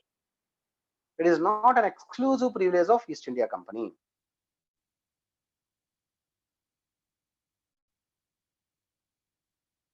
అర్థమైందా? So trade monopoly of company in India ended means, so ఇప్పటివరకు ఏంటి, ఈస్ట్ ఇండియా కంపెనీ తప్ప ఎవ్వరు బ్రిటన్ నుంచి ఇంకా ఏ మర్చెంట్స్ వచ్చి ఇక్కడ వ్యాపారం చేయకూడదు. దాన్ని ఎండ్ చేస్తారు 1813 యాక్ట్ లో. 1813 యాక్ట్ లో. కాకపోతే టీకి సంబంధించి టీ గార్డెన్స్ ఇవన్నీ ఉంటాయి కదా, అవి మాత్రం ఓన్లీ ఈస్ట్ ఇండియా కంపెనీ వాళ్ళే చూసుకుంటారు. మిగతా మర్చెంట్స్ కి లేదు అవకాశం టీ ట్రేడ్ లో మాత్రం. బట్ మిగతా ట్రేడ్స్ లో మాత్రం trade monopoly of company end అయిపోయింది. మిగతా వాళ్ళు ఎవరైనా వచ్చి ఇక్కడ వ్యాపారం చేసుకోవచ్చు. చైనాలో ఏ మార్పు లేదండి. చైనాలో మాత్రం ఏ మార్పు చేయలేదు.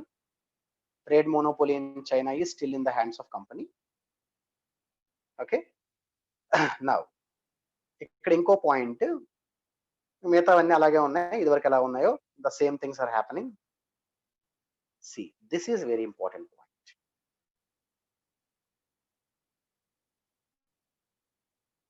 This act permitted Christian missionaries to enter India. చాలా important question. Of course group 1 లోని, గ్రూప్ 2 లోని, ఈవెన్ సివిల్స్ లో కూడా ఇదివరకు వచ్చిన క్వశ్చన్ అది. క్రిస్టియన్ మిషనరీస్ ని ఎలో చేసిన చట్టం ఏది, ఇండియాలోకి ఎలో చేసిన చట్టం ఏది అనేది it's very important question. 1813 charter చట్టం. అయితే వాళ్ళు ఎంటర్ అవ్వాలి అంటే they have to take permission from either ఉన్నాయి కదా, court of directors or board of control. ఈ రెండిట్లో ఎవరో ఒకరి నుంచి పర్మిషన్ తీసుకొని they can enter. The Christian missionaries were allowed to enter India just with license from either COD means court of directors or BOC. అయితే ఇక్కడ Christian machineries ఎందుకు రావాలి అంటే వాళ్ళు చెప్పింది ఏంటంటే in order to provide western literature and science, western education, ఇండియాలో western education ని ఇంట్రడ్యూస్ చేయడం కోసం అని చెప్పి క్రిస్టియన్ మిషనరీస్ ని బ్రిటన్ గవర్నమెంట్ పంపిస్తుందని వాళ్ళు చెప్పుకున్నారు. అండ్ ఆఫ్ కోర్స్ నిజం ఏంటనేది అందరికీ తెలుసు. వాళ్ళు చెప్పింది మాత్రం in order to encourage western education, western literacy and science.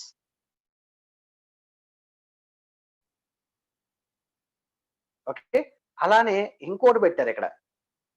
ఈ క్రిస్టియన్ మిషనరీస్ కి in order to promote western literature and science, every year the ఎవరిల్లు company has to allot 1 lakh rupees per year. ఈ missionary activities ని చేసుకోవడం కోసం అని చెప్పి, machinery activities ని చేసుకోవడానికి మిషనరీస్ కి వీళ్ళ సంపాదనలో, కంపెనీ సంపాదనలో 1 లక్ష రూపాయలని సంవత్సరానికి వాళ్ళకి ఇవ్వాలన్నమాట, అలొకేట్ చేయాలి. అంటే మీరు ఒకటి అనుకోకండి, ₹1,00,000 కదా సార్ అనుకోకండి. అది ఎప్పుడు 1813లో లక్ష అంటే చాలా చాలా చాలా ఎక్కువ.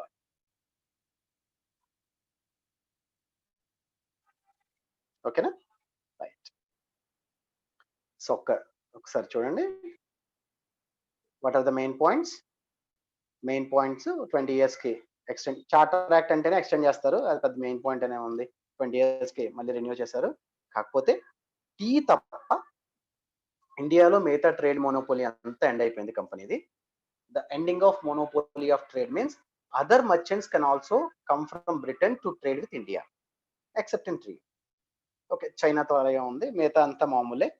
అండ్ ఇందులో మెయిన్ పాయింట్ ఏంటి అంటే this one, Christian missionaries were allowed to enter India to promote Western education, and the company has to allocate 1 lakh rupees per year for them. Christian missionaries రావచ్చు, ఓకే, వెస్టర్న్ ఎడ్యుకేషన్ ప్రమోట్ చేయొచ్చు, అలాగే company వాళ్ళకు 1 లక్ష రూపాయలు ఇస్తుంది సంవత్సరానికి. Okay, right.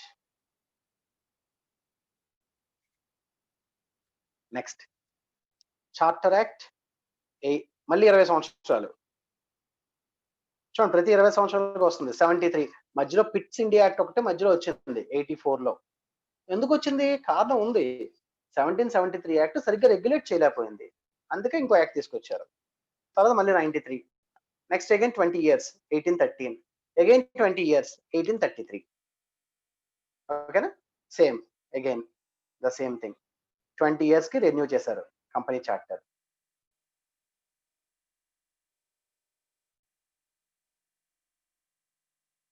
Now here one major thing had happened.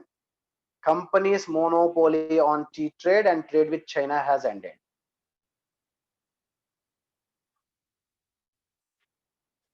So there is no exclusive privilege for company to trade with India and China. అంటే మిగతా merchants కూడా రావచ్చు. అలాగే నేను చెప్పాను ఇందాక, ఇండస్ట్రియల్ రెవల్యూషన్ జరిగింది బ్రిటన్ లో, చాలా మంది ఇండస్ట్రియలిస్టులు వచ్చారని, వాళ్ళందరూ వచ్చి ఇక్కడ వ్యాపారం చేసుకోవచ్చు. ఈస్ట్ ఇండియా కంపెనీ ఒక్కడనే ఇక్కడ వ్యాపారం చేస్తానన్నా కుదరదు ఇంకా. అంటే the activities of East India Company as a commercial body has ended. Now it became purely administrative body under the control of BOC, Board of Control. అంటే ఒక్కసారి మీరు బాగా కొద్దిగా డెప్త్ గా ఆలోచిస్తే ఏం జరుగుతుందో చూడండి ఒకసారి. స్లోగా నెమ్మదిగా ఈ government in India, administration in India company చేతుల్లోంచి బ్రిటన్ గవర్నమెంట్ చేతుల్లోకి గ్రాడ్యువల్ గా ట్రాన్స్ఫార్మ్ అవుతుంది.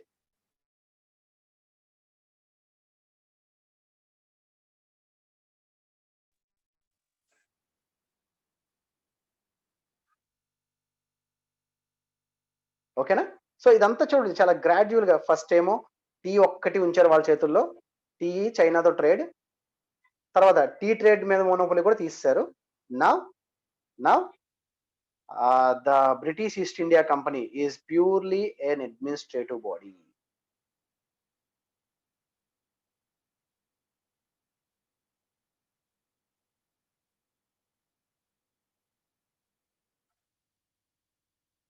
Okay, and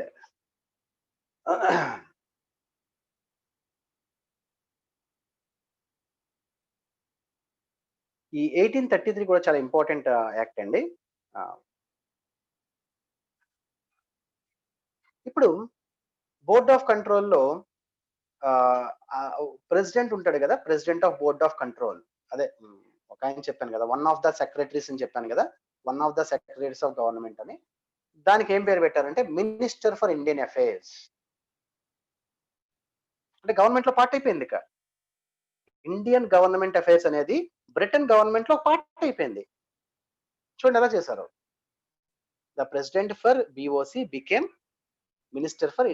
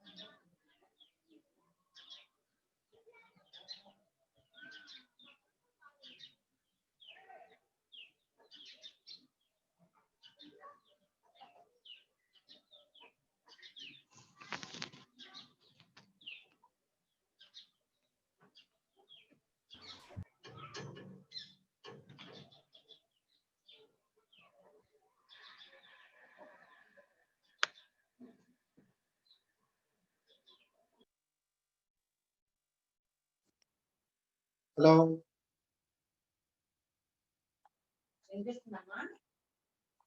hello Audible, sir. Audible. Hello sir okay okay fine fine ఏదో టెక్నికల్ ఎర్రర్ జరిగింది ఎందుకో సారిక అనే అమ్మాయి ఒకసారి హోస్ట్ అయ్యింది తర్వాత మా సన్నీ హోస్ట్ అయిపోయాడు ఏంటో తెలియలేదు నాకు ఎందుకు జరిగిందో యా ఏం చేద్దాం ఆప్ చేద్దామా చాలా మంది పాపం లీవ్ అయిపోయినట్టున్నారు yeah so many participant left continue sir continue చేద్దామా కంటిన్యూ చేద్దాం సార్ పర్లేదా మరి కొంతమంది లెఫ్ట్ అయిపోయారు కొంతమంది ఫోన్ కూడా చేసి అడిగారు సరే అయితే జాయిన్ అవ్వమని మెసేజ్ పెట్టండి sir okay Neha Neha hello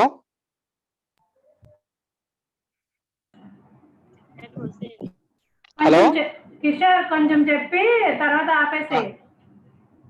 సరే ఒకసారి మెసేజ్ పెట్టండి. కొంతమంది లీవ్ అయిపోయారు, నాకు ఒక ఇద్దరు ఫోన్ కూడా చేశారు. ఉంటుందా సార్ ఇంకా అంటే కనెక్ట్ అవ్వట్లేదు కదమ్మా అయిపోవచ్చు అని చెప్పాను. ఒకసారి మెసేజ్ పెట్టండి మేడం, క్లాస్ రీస్టార్ట్ అయ్యిందని. వినిపించిందా? హలో వినిపిస్తుందా? వినిపిస్తుంది. సరే ఓకే.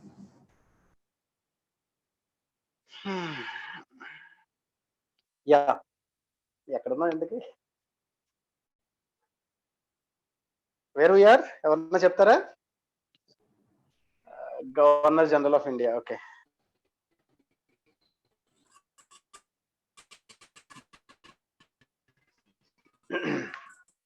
జస్ట్ వాటర్ తీసుకోండి ఒక 2 minutes. పాపం కొంతమంది లీవ్ అయిపోయారు, కనెక్ట్ అవ్వట్లేదని. చూద్దాం ఏమైనా జాయిన్ అవుతారు. ఆల్మోస్ట్ ఇప్పుడు ఎక్కడ మనం ఉన్నాం? 1833నా? 1833 యాక్ట్ లో ఉన్నాం కదా. ఇంకా 1833 1853 చెప్తే ఈ రోజు అయిపోతుంది. టైం అప్ప.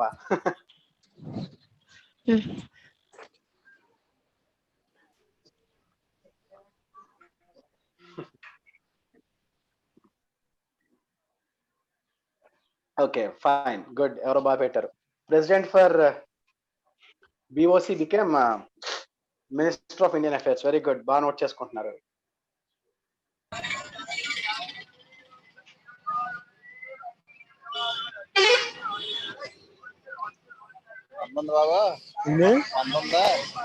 రాదండి. రాదండి. చెప్పండి, ఫోన్ చేసి చెప్పండి.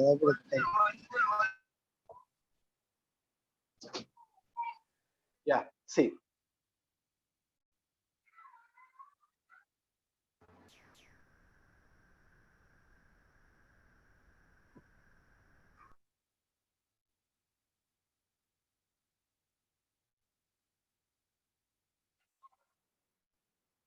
yes. Okay, the president for BOC became minister for Indian affairs. Okay, then అలానే ఇప్పటి వరకు the governor general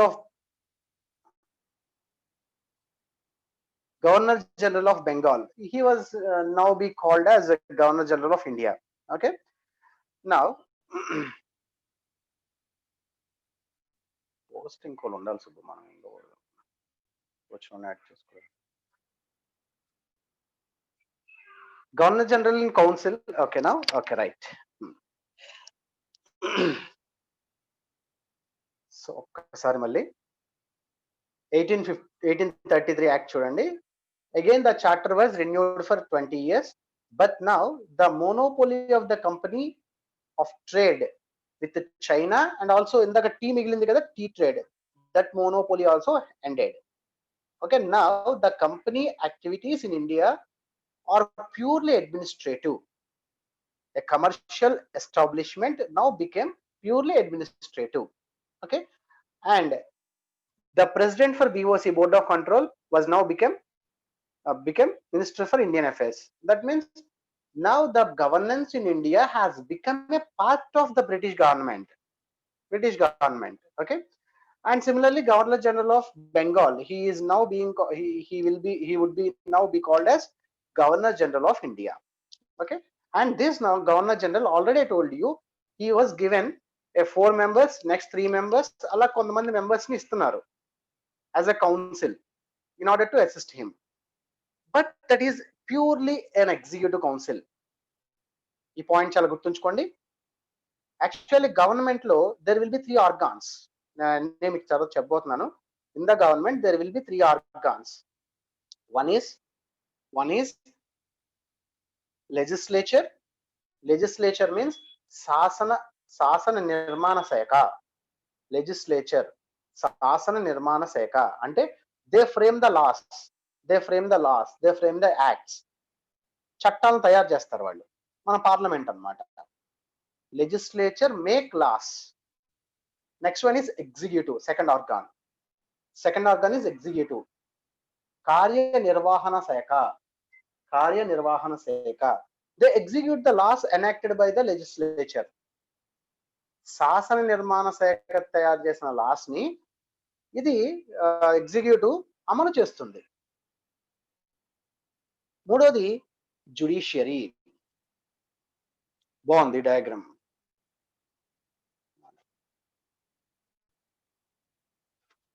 జుడిషియరీ న్యాయశాఖ. ఈ ఎగ్జిక్యూటివ్ కానీ లెజిస్లేచర్ కానీ ఏమైనా తప్పులు చేస్తే, okay, if those executive and legislature are not doing according to the constitution, then judiciary will correct them. Okay, these three organs, legislature, executive and judiciary. Okay, ఇంతవరకు అంటే 1813 వరకు the governor council is just an executive council. Laws will be framed by British Parliament or Court of Directors. Those laws will be implemented by governor and its council. Okay, till now the Governor General Council is just an executive council. It has no power to make any laws. British Parliament గాని court of directors గాని ఏమైనా loss తయారు చేస్తే ఆ loss ని implement చేయడమే వీళ్ళ పని. కొత్తగా లాస్ తయారు చేసే అధికారం వీళ్ళకి లేదు. ఈ యాక్ట్ నుంచి 1833 act from the act of 1833 it has got that power also. Governor General in Council has got legislature power also. Executive ఎలాగా ఉంటుంది, legislature power also. Okay. See here I wrote, during executive functions Governor General plus 3 council members, and during legislature function Governor General plus 3 plus 1 law member, 4 ఉంటారు. అంటే during the enactment of laws law member అనే వాళ్ళు ఒకరు add అవుతారు.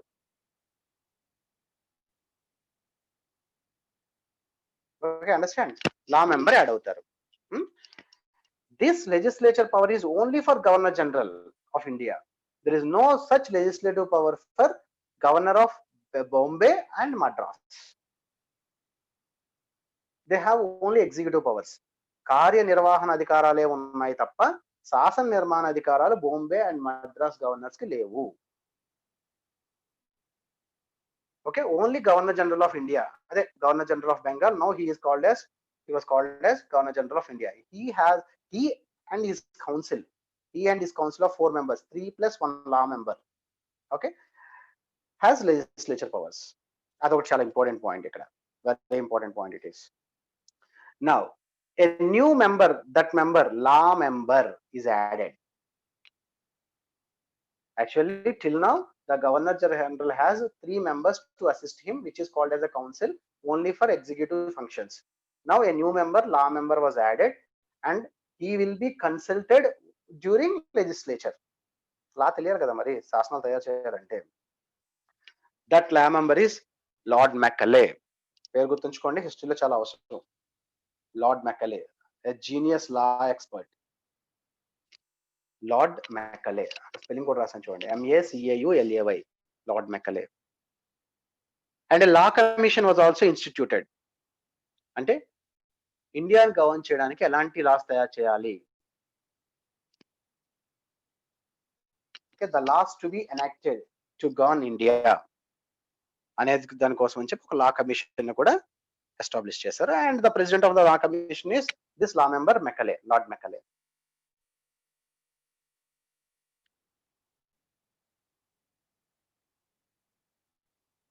Okay, and of course ఇది వచ్చిన point, in order to abolish slavery, instructed this act also instructed government of India to abolish slavery. వాళ్ళే Indians slaves గా చూసేవారు, slaves గా పనులు చేయించుకునేవారు, and they want to abolish slavery in India. Okay, that is the irony. Yeah, ఇప్పటి నుంచి the governor general of Bengal was called governor general of India, and such first Governor General of India is William Bentinck. అంటే ఆ టైంలో ఆయన governor general అనమాట బెంగాల్ కి. So he was now termed as governor general of India. So ఇక్కడ చూడండి, confuse అవ్వకండి. First governor general of Bengal means Warren Hastings 1773. First governor general of India means 1833 William Bentinck.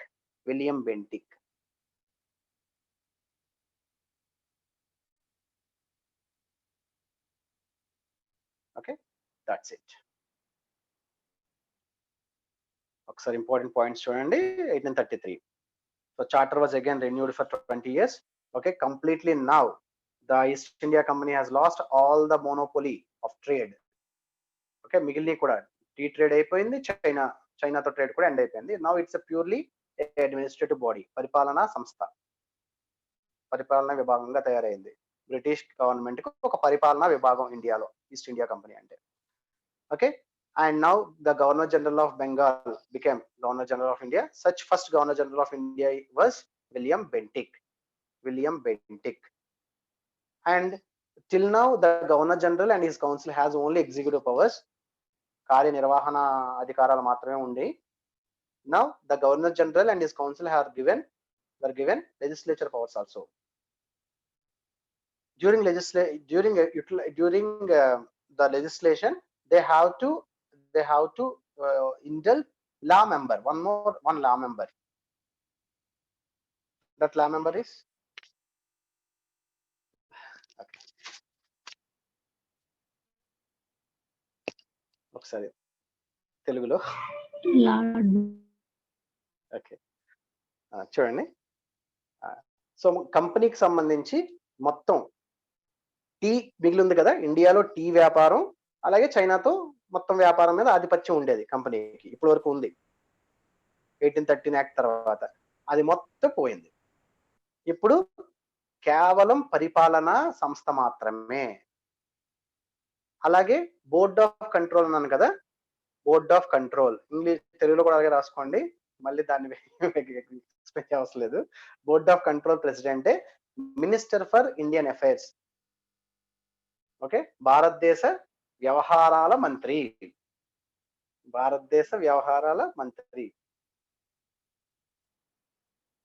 The president for board of control now become భారతదేశ వ్యవహారాల మంత్రిగా గుర్తించారు. అంటే అతను కూడా గవర్నమెంట్ లో పార్ట్, అంటే భారతదేశ వ్యవహారాలన్నీ కూడా గవర్నమెంట్ లో part. Governor general of Bengal ని గవర్నర్ జనరల్ ఆఫ్ ఇండియా అంటారు. ఆ first governor general William Bentinck.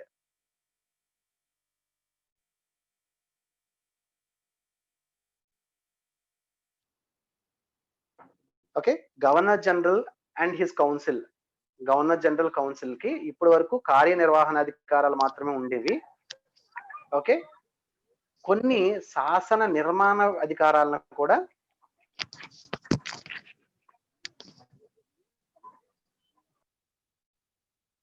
ఎవరో క్వశ్చన్ అడిగారు, ఈ president for board of control become minister for Indian affairs అన్నారు కదా, అతను హోమ్ మినిస్టర్ లాగా అని అడిగారు. అలాంటిది ఏమీ కాదు. మనకి చాలా మంది మినిస్టర్లు ఉంటారు కదా, ఇప్పుడు ప్రైమ్ మినిస్టర్ తర్వాత home minister, finance minister, ministry for external affairs అలా ఉంటారు కదా, అలాగా ఇండియా వ్యవహారాలన్నీ కూడా ఆయన నుంచి గవర్నమెంట్కి వెళ్తాయి. ఇట్స్ అ డిఫరెంట్ డిపార్ట్మెంట్, అంతేగాని హోమ్ మినిస్టర్ ఏం కాదు. అండ్ ఆ మినిస్టర్ అనేవాడు బ్రిటన్ గవర్నమెంట్ లో అలాగే బ్రిటన్ పార్లమెంట్ కి రెస్పాన్సిబుల్ అయి ఉంటారు. ఇండియాకి సంబంధించి ఏ రెస్పాన్సిబుల్ కాదు.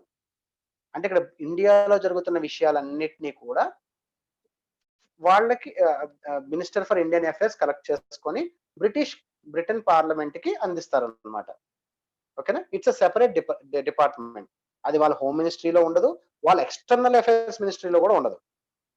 అంటే విదేశీ వ్యవహారాల శాఖ మినిస్టర్ అని ఒకటి ఉంటుంది. There will be a minister for external affairs to deal with the diplomatic relations with all the other countries.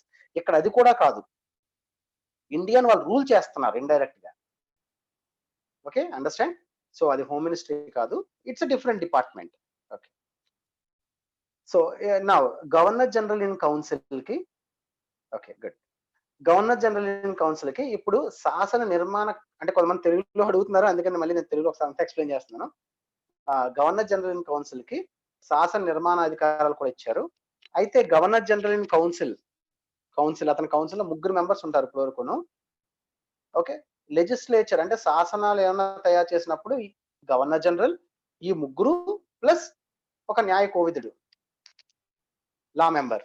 ఆ లా మెంబర్ గా అపాయింట్ అయిన ఆయన పేరు లార్డ్ మెక్కలీ. అండ్ అదే సమయంలో ఒక లా కమిషన్ కూడా ఏర్పాటు చేశారు, అండ్ దానికి ప్రెసిడెంట్ కూడా మెక్కలీనే. Okay, next. Okay, today's last topic 1853 charter act. మళ్ళీ 30 సంవత్సరాలు అయింది చూడండి. Again 30 years, sorry again 20 years. 1833 plus 20, 1853.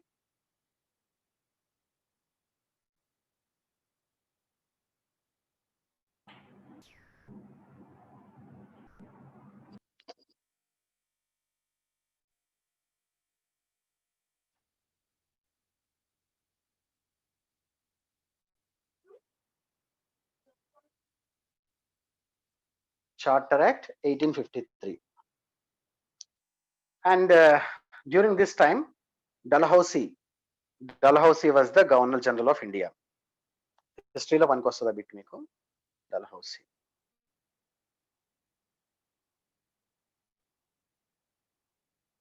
Yeah. ఇప్పటి వరకు ప్రతి చార్టర్ యాక్ట్ చూడండి 73 లో చార్టర్ యాక్ట్ కాకపోయినా 20 years, again 93 20 years extended. Okay, again 1813 renewed for 20 years, again 1833 renewed for 20 years. So 1853 వచ్చింది. But now see the wording.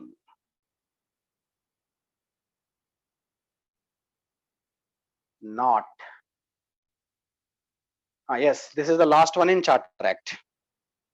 Question అడిగారు ఎవరు? This is the last one in Charter Act. చూడండి అక్కడ, renewed not for 20 years. Not for 20 years. So ఈసారి 20 years అనేమి 20 years కి అని చెప్పి ఏమి చెప్పలా. మరి ఎప్పటి వరకు అంటే చాలా క్లియర్ గా మెన్షన్ చేశారు యాక్ట్ లో. చూడండి, company could hold India possessions in trust for అక్కడ చూడండి హైపర్ కామర్స్ కూడా పెట్టాను. అది it's terms from the act itself. Act లో రాసింది, in trust for her majesty, her heirs and successors until parliament shall otherwise provided.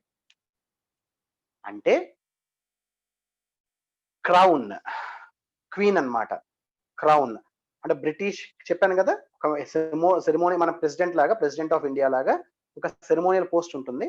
అది వంశపారంపర్యంగా Britain royal family ఉంటుంది. ఓకే, అండ్ మోర్ ఓవర్ క్వీనే member అవుతారు. సో ఏం చెప్పారు, crown లేదా వాళ్ళ సక్సెసర్స్, వాళ్ళ తర్వాత వచ్చే వాళ్ళు విశ్వాసం పొందినంత వరకు ఈ చార్టర్ యాక్ట్ ప్రకారం, అంటే ఇంగ్లీష్ మీడియం అక్కడ ఉన్నది రాసుకోండి, మీరు తెలుగు వాళ్ళకి చెప్తున్నాను.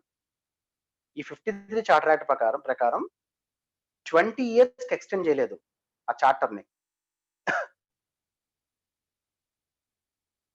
సో ఎలాగే ఇప్పుడు అది వ్యాపారం చేసుకోవడానికి లేదు, అవునా? బట్ రూలింగ్ సంబంధించి కూడా 20 years ఎక్స్టెండ్ చేయలే. ఎప్పటివరకు ఎక్స్టెండ్ చేసింది?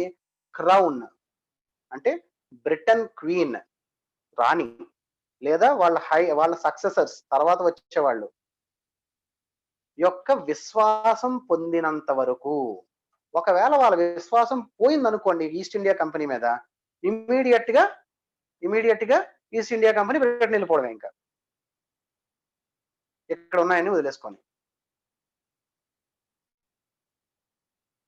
ఓకే, అండ్ ఈ విశ్వాసం ఇవన్నీ కూడా they are under the control of parliament. కాకపోతే పార్లమెంట్ చెప్పేంత వరకు. సో అంటే ఇక్కడ మీకు ఒక ఉద్దేశం అర్థం కావాలి, స్లోగా ఇండియన్ టెరిటరీస్ ని బ్రిటన్ గవర్నమెంట్ కంపెనీ చేతుల్లో నుంచి తీసేసుకుందాం అనుకుంటుంది. అంతే కదండి, ప్రతిసారి 20 years ఎక్స్టెండ్ చేశారు, ఏ కండిషన్స్ పెట్టకుండా. ఇప్పుడు not for 20 years, till there is a trust for Her Majesty, for the Britain Crown and the Britain Parliament in British East India Company. British East India company మీద, అంటే simple words చెప్పాలంటే British East India company మీద British రాణి మరియు British parliament కి విశ్వాసం ఉన్నంత వరకు మాత్రమే వాళ్ళ భారతదేశంలో పాలన చేయగలుగుతారు. వాళ్ళకి గనక విశ్వాసం సడలితే వెంటనే Britain government British East India company చేతుల్లో నుంచి పరిపాలనా పవర్స్ అన్ని తీసేసుకుంటుంది. ట్రస్ట్ ఫర్ హూమ్ అంటే ట్రస్ట్ ఫర్ హూమ్ కాదు, ట్రస్ట్ ఆన్ హూమ్. ఇక్కడ చూడండి,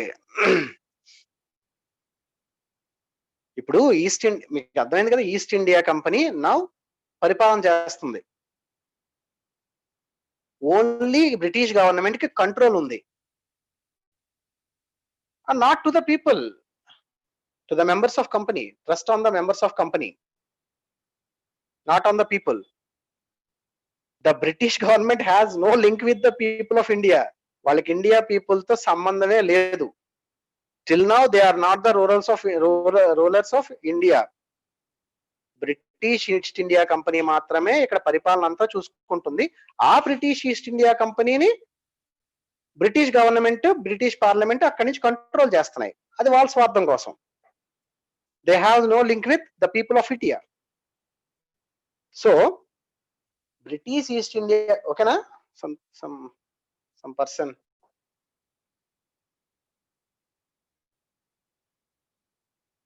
ప్రజ్ఞ, ఓకేనా?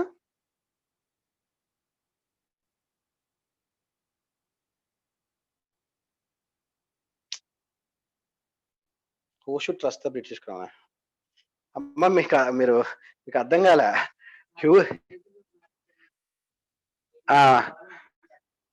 మీకు ఏ medium, in which medium do you want? మీకు ఏ మీడియంలో రావాలి? ఇక్కడ okay. Here it is not the trust on the crown. Crown should trust others. Crown is all powerful. Crown is all powerful. Crown మీద ఎవరికి, క్రౌన్ మీద విశ్వాసం ఉందా లేదా అవసరం. క్రౌన్ కి అందరి మీద విశ్వాసం ఉండాలి. Okay, the crown has to keep trust in British East India Company.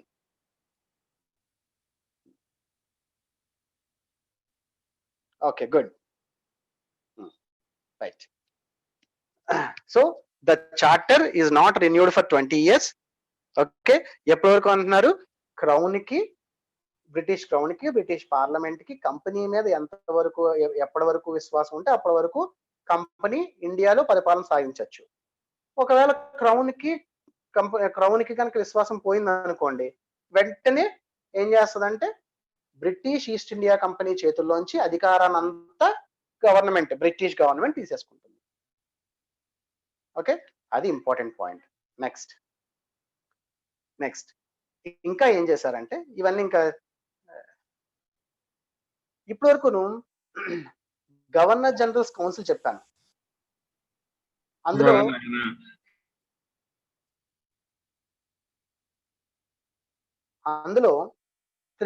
Governor general plus 3 members ఉంటే ఎగ్జిక్యూటివ్ ఫంక్షన్స్ చేస్తారు. ఆ 3తో పాటు ఇంకొక లా మెంబర్ ఉంటే లెజిస్లేటివ్ ఫంక్షన్స్ చేస్తారని చెప్పుకున్నాం కదా. Now those functions are extended by adding new members for legislative purposes.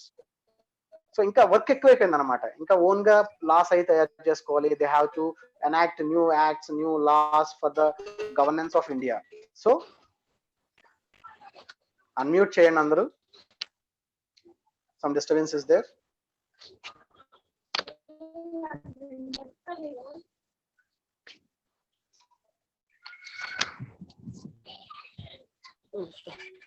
Okay, so in order to extend the legislative functions, okay, new members were added for the legislative purposes.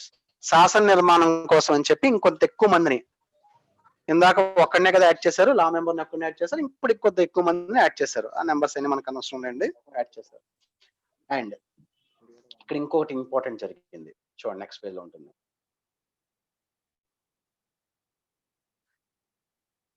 ఇప్పటి వరకు the company has sole control on the appointments.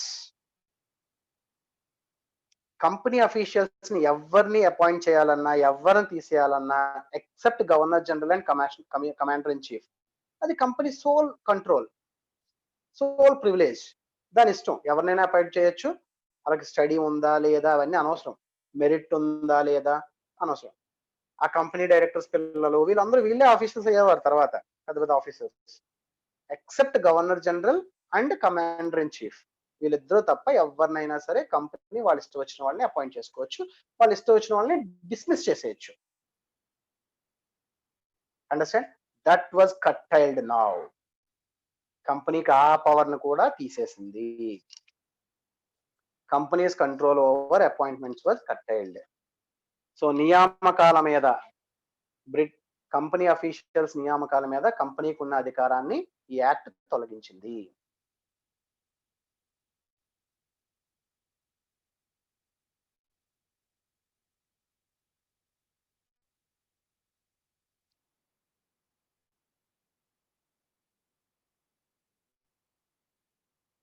ఏం చేసింది అంటే an open merit examination, an open merit system, ఒక competitive examination ని introduce చేసింది.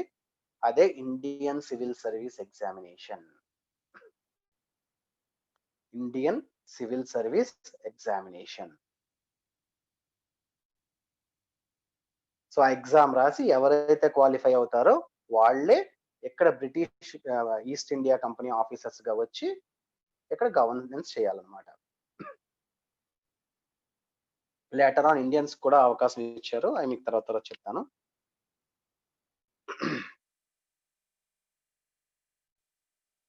ఇందాక నేను అన్నాను కదా, లెజిస్లేటివ్ కౌన్సిల్ ని పెంచింది, ఎక్కువ మెంబర్స్ ని యాడ్ చేసి అని. ఎవరికైనా ఇంట్రెస్ట్ ఉంటే రాసుకోండి.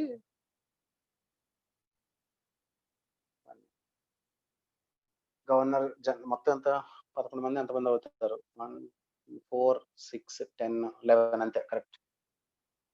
ఇది వరకు 4 ఉండేవారు కదా, గవర్నర్ జనరల్ తో పాటు 4 ఉండేవారు. ఇప్పుడు ఇంకొక 6 మెంబర్స్ యాడ్ అయ్యారు. కమాండర్ ఇన్ చీఫ్ ని కూడా యాడ్ చేశారు. But of course commander in chief and governor general same officers కాబట్టి ఒకడే ఉంటారు.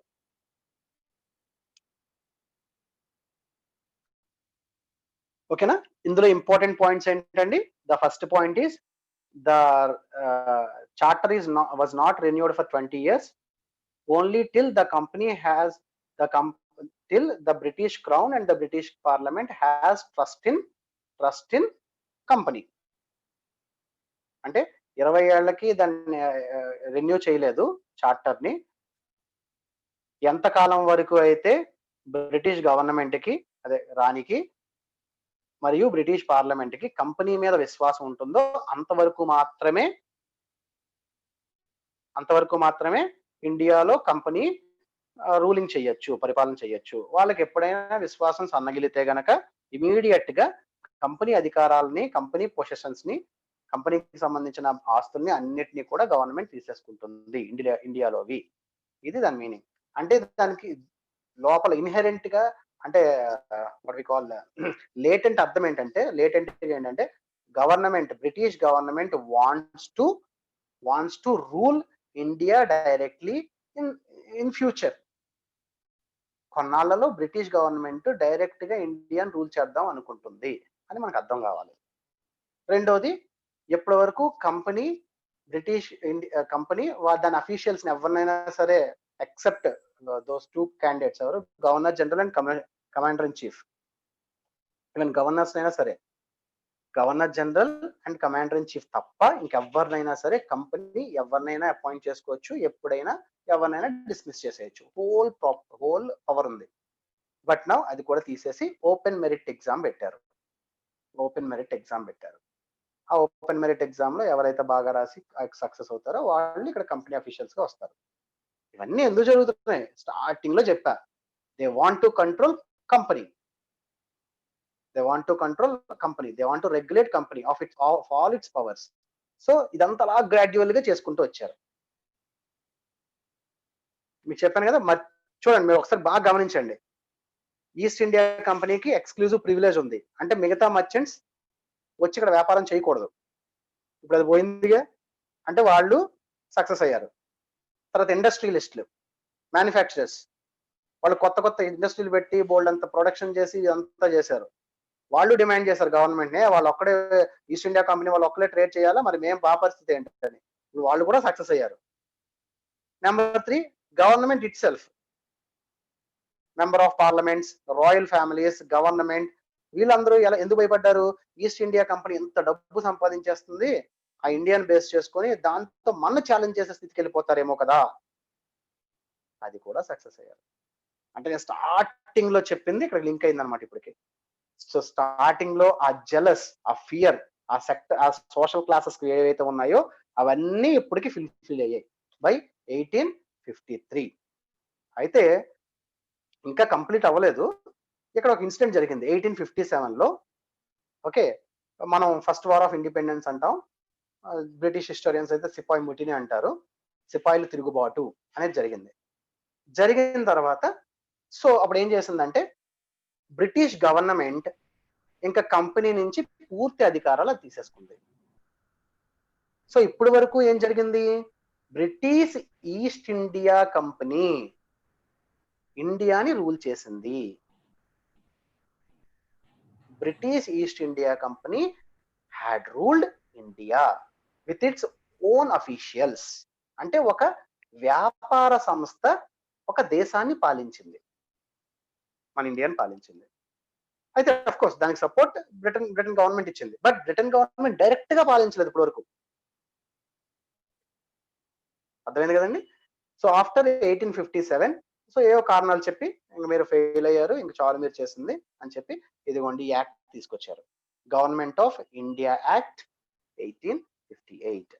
ఇంకా చార్టర్ యాక్ట్స్ అయిపోయాయండి. చార్టర్ యాక్ట్స్ ఏం లేవు ఇంకా, ఎందుకంటే ఇంకా కంపెనీ లేదు. ఇంకా కంపెనీ పవర్స్ అన్ని కూడా by this act 1858 government of India act. ఆ ఫస్ట్ లైన్ రాసాను చూడండి, administration of India passed from company rule to crown. ఓకేనా? సో ఇక్కడి నుంచి డైరెక్ట్ గా బ్రిటన్ గవర్నమెంట్, బ్రిటన్ పార్లమెంట్ ఇండియాని రూల్ చేయడం మొదలెట్టాయి. మధ్యలో కంపెనీ లేదు ఇంకా. ఓకేనా? సో ఇక్కడ మనం డివైడ్ చేసుకుంటేనే ఇది అది కూడా బాగా అర్థం అవుద్ది. మిగతా రేపు చూద్దాం. Any doubts?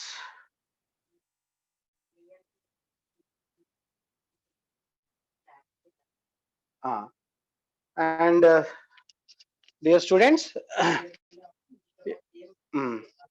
యాక్చువల్లీ చాలా మీరు ఎంతమందికి ఇంగ్లీష్ లో కావాలి, exclusively in English, and who cannot understand Telugu at all, అది నాకు పర్సనల్లీ నాకు మెసేజ్ పెట్టండి, నా నెంబర్ ఉంది కదా అక్కడ. ఓకే, అండ్ ఎక్స్క్లూజివ్ లో ఇంగ్లీష్ అర్థం కాదు తెలుగులోనే కావాలి అనే వాళ్ళు పెట్టండి. ఓకే, అండ్ మోర్ ఓవర్ ఇక్కడ రెండింటిని బ్యాలెన్స్ చేస్తూ వెళ్ళాలి. రెండోది మీరు what I want to tell you, ఈరోజు చెప్పినవి ఈరోజు చదవండి. మీకు ఆ బుక్స్ పెడతాం కదా, ఆ బుక్స్ నుంచి ఒకసారి చదవండి. చదివితే ఇంకా మీకు బాగా డౌట్స్ వస్తాయి, గుర్తుంటాయి. అండ్ మోర్ ఓవర్ మీరు ఇంకా ఏదైనా అడిషనల్ గా కావాలంటే, ఎందుకంటే చాలా మంది బిగినర్స్ ఉన్నారు ఇక్కడ. ఓకే, ఇందులో చాలా విషయాలు ఏంటంటే మాకు చాలా స్మూత్ గా వెళ్ళిపోతుంటాయి అనమాట, అలవాటు అయిపోయి చిన్న చిన్న విషయాలు కదా అని వెళ్ళిపోతుంటాం. బట్ బిగినర్స్ ఉన్నారు, బిగినర్స్ ప్రతిదీ కొత్తగానే ఉంటుంది. So don't feel any hesitation to ping me. నాకు పర్సనల్ గా పోస్ట్ పెట్టండి, సార్ నాకు పలానా ఇది డిఫికల్టీగా ఉంది, నాకు అది చేసి పెట్టండి, నాకు ఇలా కావాలంటే అలా కావాలంటే వీలైనంత వరకు we will try to do it. Okay, and more over ఈ మీడియం ప్రాబ్లం అనేది బాగా ఎక్కువగా ఉంది, అది నాకు ఒకసారి పర్సనల్ గా నాకు మెసేజ్ పెట్టండి. నో సార్, నో ఏంటి, what is this no? I didn't understand.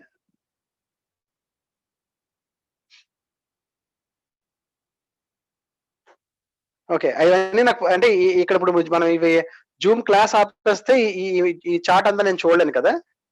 నాకు పర్సనల్ గా నా నెంబర్ ఉంది కదా, అడ్మిన్స్ ముగ్గురే ఉంటాం.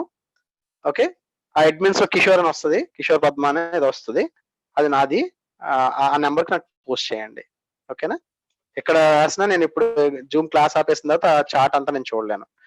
అలాగే నో పెట్టారు ఏంటో నాకు అర్థం కాలేదు, అది నో ఏంటో. దేవుని కళ్యాణం క్రీస్తు. ఓకే, రమాదేవి. ఓహో, no doubts. Okay okay okay